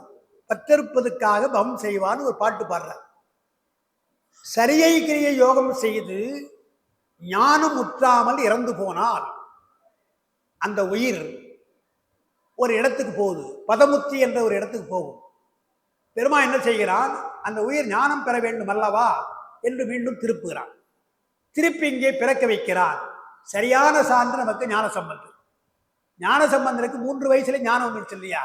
எல்லாம் கேட்பாங்க, சார் அவர் சரியை பண்ணாரா, கிரியை பண்ணாரா, யோகம் பண்ணாரா, ஒண்ணுமேல ஞானம் அவர் எப்படி கிடைச்சுன்னு சொன்னா என்னவென்றா, முன்பிறவியில் சரியை கிரியை யோகத்தை முடிச்சுட்டு போனவர் தான் அவர்.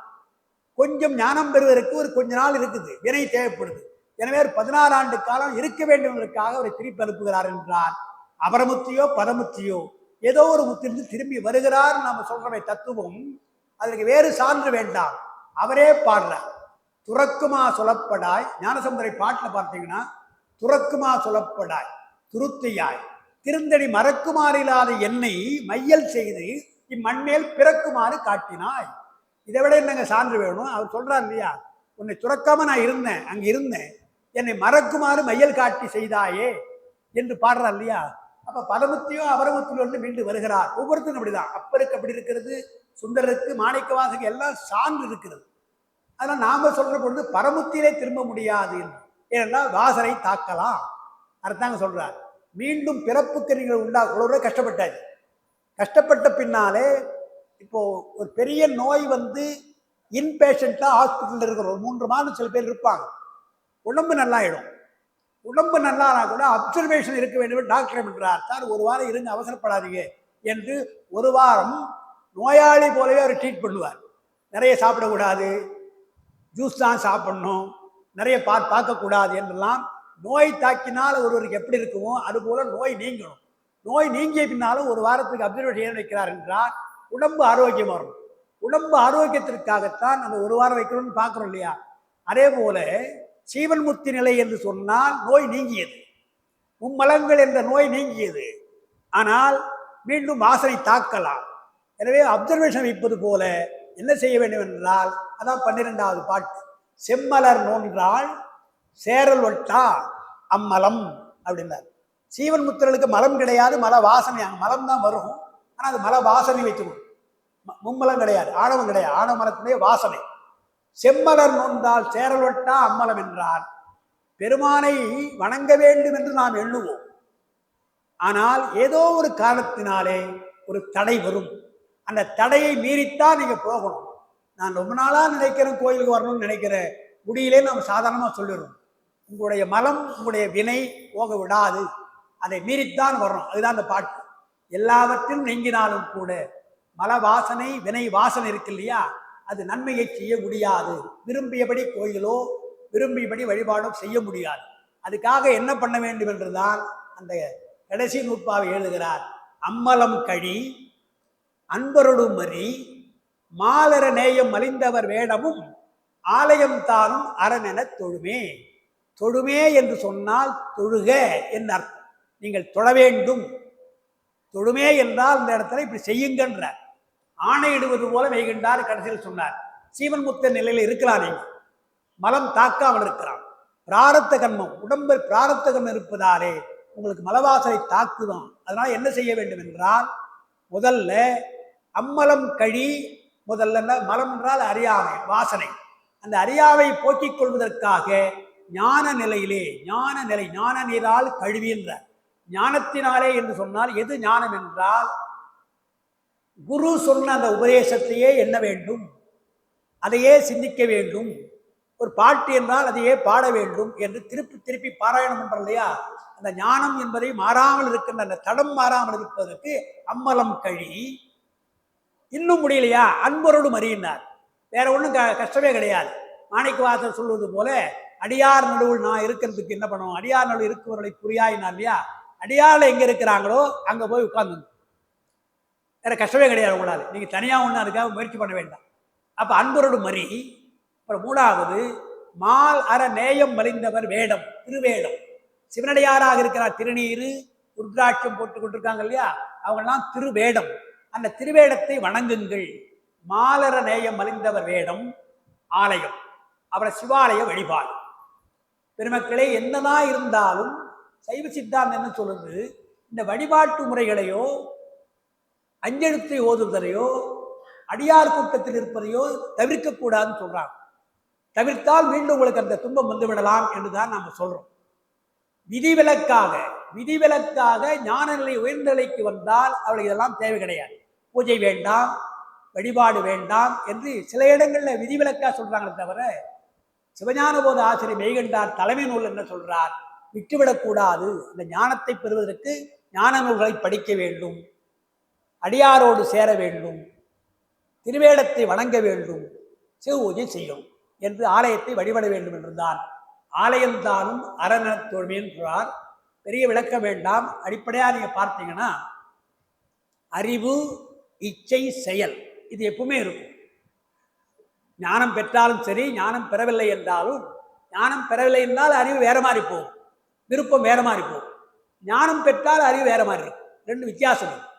அப்போ சிவன் முத்திரா வந்தவுடனே அறிவு என்ன செய்கிறது என்றால் மலம் கழுவுதல் என்றால் அறியாமையை போக்கிக் கொள்வதற்காக உன்னுடைய பேரறிவாக இருக்கின்ற குரு சொன்ன அந்த உபதேசத்தை எண்ண வேண்டும், அது அறிவு. இச்சை என்றால் விருப்பம்.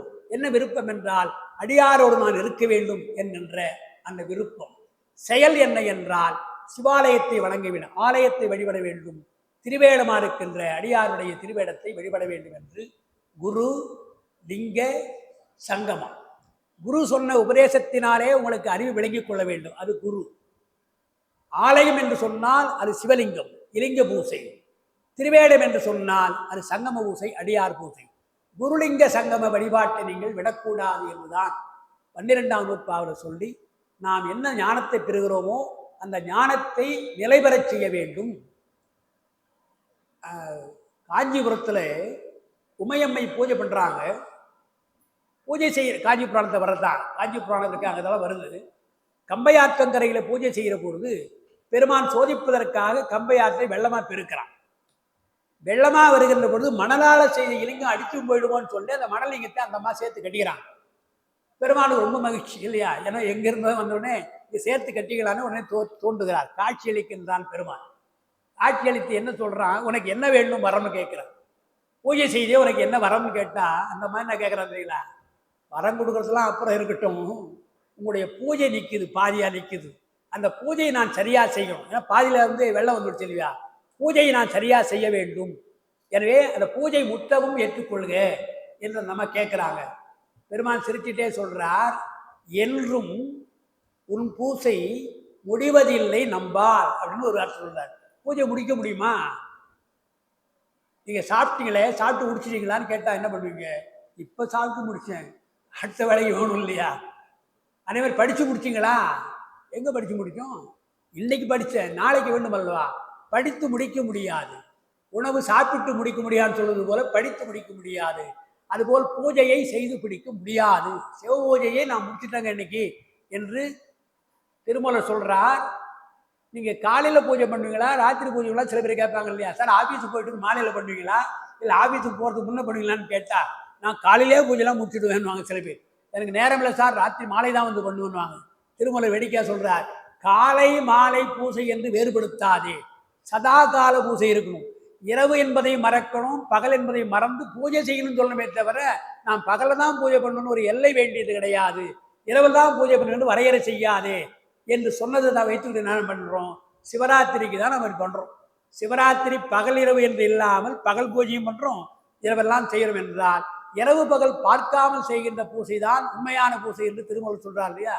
அதுபோல பூஜையை முடிக்க முடியாது என்று அந்த அம்மா சொல்லுகிறார்கள். என்றும் பூஜை முடிவதில்லை நம்பால் என்று சொல்வது போல, படித்து முடிக்க முடியாது என்பது போல, ஞான நிலை வந்துவிட்டது நமக்கு, இனி ஒன்றும் செய்ய வேண்டாம்னு கிடையாது. ஞான நிலை வந்தாலும் கூட சிவாலய வழிபாடு தேவை, அடியார் பூசை சேவை, குரு பூஜை சேவை. மூன்றை சொல்றார், குரு பூசை, சிவபூசை, அடியார் பூசை. இந்த மூன்றும் சமம். ஏன் சிவாலயத்தில் பூஜை பண்றோம், ஏன் சிவலிங்கத்தை பூஜை பண்றோம்னா, அடியார்கள் என்று நமக்கு யாரை தேட முடியும்?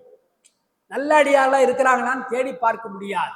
இந்த மாதிரி சில அமைப்புகள் தான் நல்ல அடியாரை தேடி போகணும். அது தேடி போகணும். அதே மாதிரி குரு யார் என்றால் தேட முடியாது. நல்ல குரு எங்க இருக்கிறார்? எல்லாரும் குரு குருன்றான்.